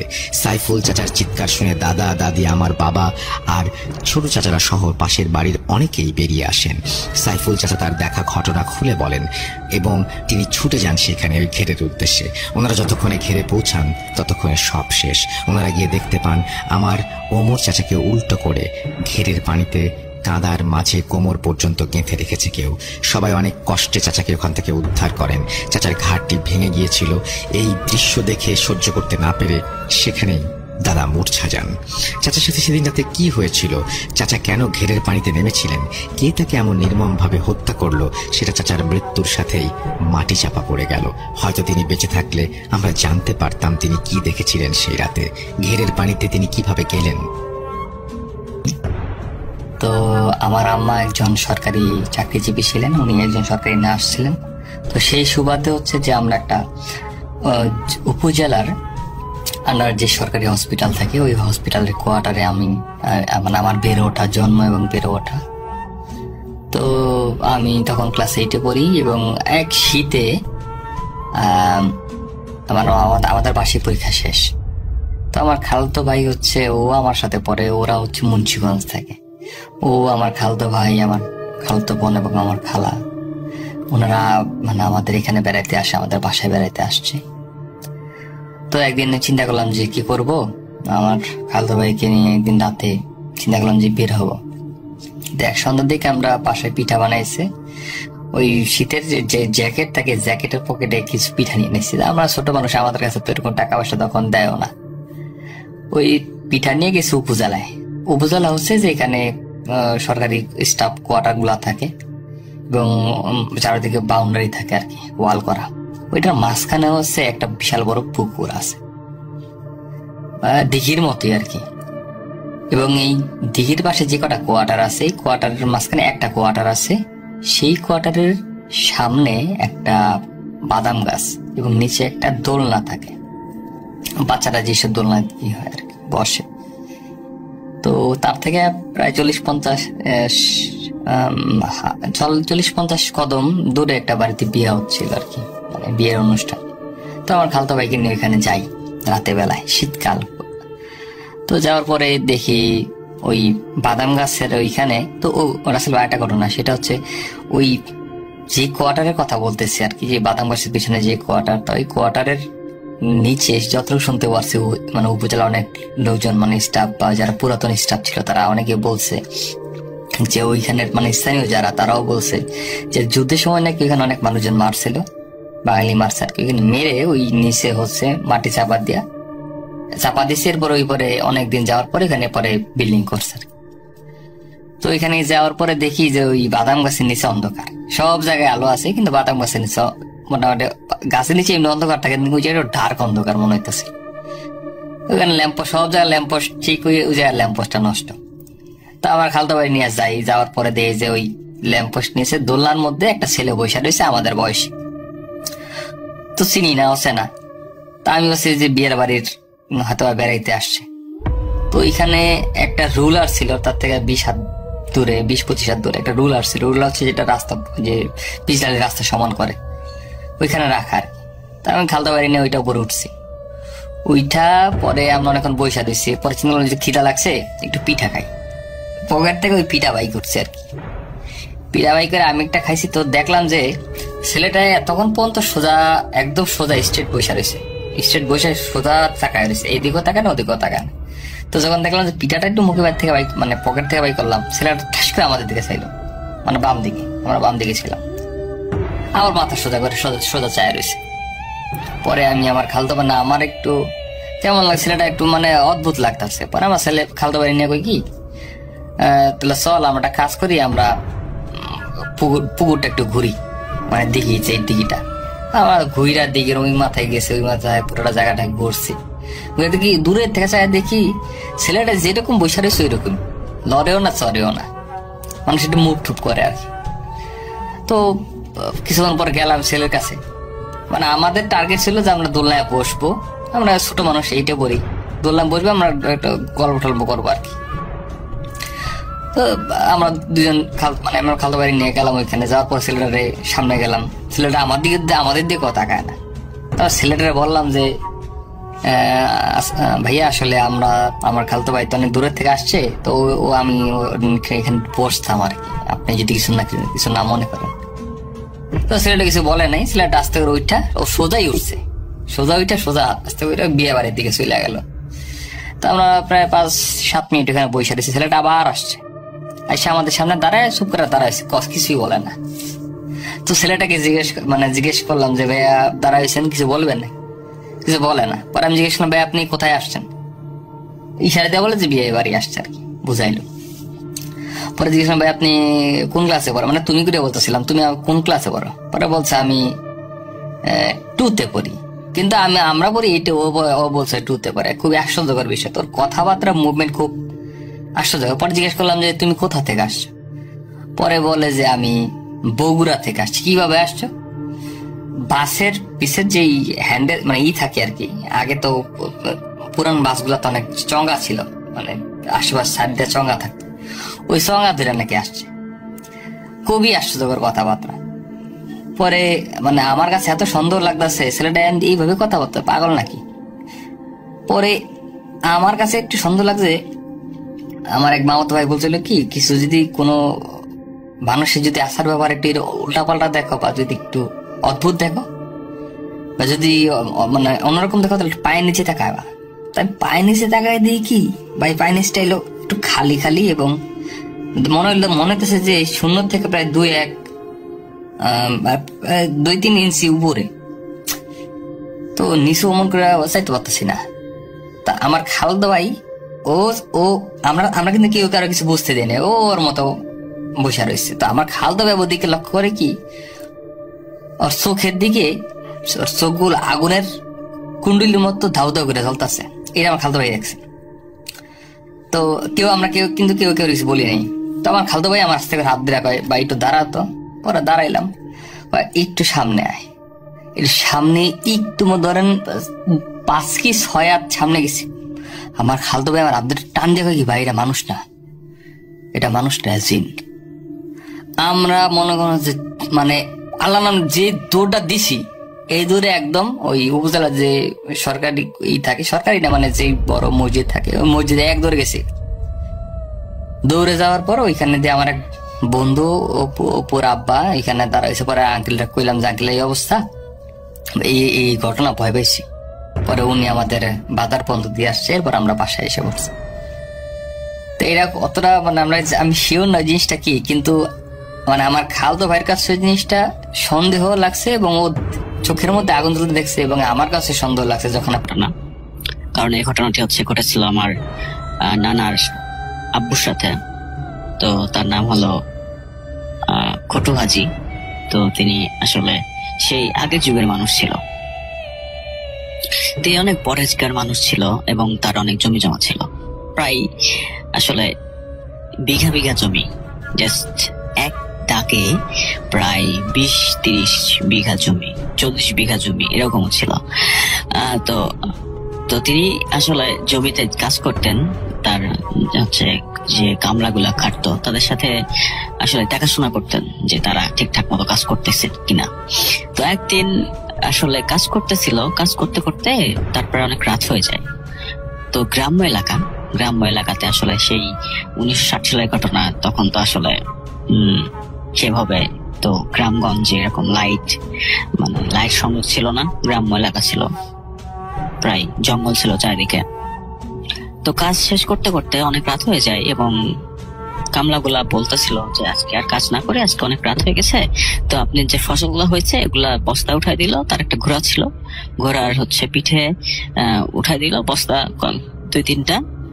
তো উঠাই দেওয়ার পরে উনি হচ্ছে এক হাতে ঘোড়ার যে ইয়াটা ছিল, ওই ঘোড়ার যে লাগামের যে দড়িটা ছিল, তো দড়িটা ধরে ঘোড়াকে টানতে টানতে আর কি বাড়ির দিকে যাচ্ছিল, মানে ঘোড়াকে ধরে আর কি দড়িটা ধরে। তো এমন সময় হুট করে অনেক সময় যাচ্ছিল, যেতে যেতে মানে বাড়িতে যেতে আসলে ওনার প্রায় 1/2 ঘন্টা 45 মিনিট সময় লাগবে। বাড়িটা বেশি তো ছিল না, তবু 45 মিনিট হাঁটতে হতো। তো এমন একটা সময় একটা জঙ্গলের কাছাকাছি আসলো। জঙ্গলের কাছাকাছি আসার পরে উনি যেটা দেখার পরে ওনার তো মানে গায়ে তো কাঁটাতে উঠছে যে কি হচ্ছে এটা। জঙ্গলের ভিতরে দেখতেছে যে অনেক আলোকসজ্জা, অনেক মানুষ, একটা বিয়ে হচ্ছে। তো বিয়ে হচ্ছে এমন সময় হুট করে দুজন পিশাচরূপী ভয়ঙ্কর চেহারা আসলে ছিল না, তারা আসলে ভয়ঙ্কর চেহারাতে আসছিল না, দেখতে আসলে মধ্যবয়স্ক একজন লোক, অনেক লম্বা, প্রায় 7-8 ফিট হবে। তো সে এসে বলছে যে কিরে কই যাস, খানা খাবি? খানা আই তোর কাছে খানা খাওয়াই। নানার আব্বু আসলে অনেক সাহসী ছিল, তো তিনি বলছে না আমি এরকম খানা টানা খেতে চাই না, আমাকে ছেড়ে দেন, আমার রাস্তায় আমি যাই। ওই লোকটা বলে যে তুই তো একটা সাচ্চা দিল আছিস, মানে তুই তো একটা ভালো মনের মানুষ, তোকে তো অনেকদিন ধরে দেখি তুই রাস্তা দিয়ে যাওয়া আসা করিস, কখনো তোকে ডাকি নাই, তো ভাবলাম যে তুই একটা ভালো মানুষ, তোকে একটা আজকের যে আমার ছেলের বিয়ে হচ্ছে, ছেলের বিয়েতে তোকে দাওয়াত দিই কিংবা দাওয়াত করে খাওয়াই। তো সামনে তো আসা হয় না, হবে অনেক জোরাজোরি করছে, বলছে যে খানা না খেয়ে আজকে যেতে দেব না তোকে। তারা তাকে ধরে টেনাস্টার করে নিয়ে গেল, নিয়ে গিয়ে দেখছে যে কি সেই বিয়ে, মানে মুখ দিয়ে আগুন বের করছে, মানে এরকম অনেক অন্যরকম বিষয়। তিনি আসলে অনেক সাহসী ছিলেন বলে তিনি আসলে তার নার্ভকে সে পর্যন্ত ধরে রেখেছিলেন, জ্ঞান হারান নাই। তো কলাপাতা করে আসলে অনেক খাবার নিয়ে আসলো। এমন কোনো খাবার নাই যেখানে ছিল না, ইন্ডিয়ার হায়দ্রাবাদি বিরিয়ানি, তারপরে অনেক অন্যরকম খাবার। তো এরকম অনেক মানে খাবার, তো ওগুলা তো খাওয়া শেষ করতে পারছিল না, আসলে যতটুকু পারছে খাইছে। খাওয়ার পরে বলছে যে তুই একা একা খালি, তোর বাড়ির জন্য কিছু নিয়ে যা, বাড়ির জন্য নিয়ে যা এই বলছে। আর সাথে সাথে একটা পোটলাই করে তাকে হচ্ছে বাড়ির জন্য আর কি অনেক খাবার দাবার বাড়ির জন্য পাঠানোর জন্য দিছে। তো তাকে দিল, দেওয়ার পরে সে আর কি ঘোড়ার ইয়াতে খাবারটা রাখার পরে চিনগুলার থেকে বিদায় নিয়ে যাওয়ার পথে বলছে যে সামনে রাস্তা তো খারাপ আছে, তোকে একটু আগাই দিয়ে যায়।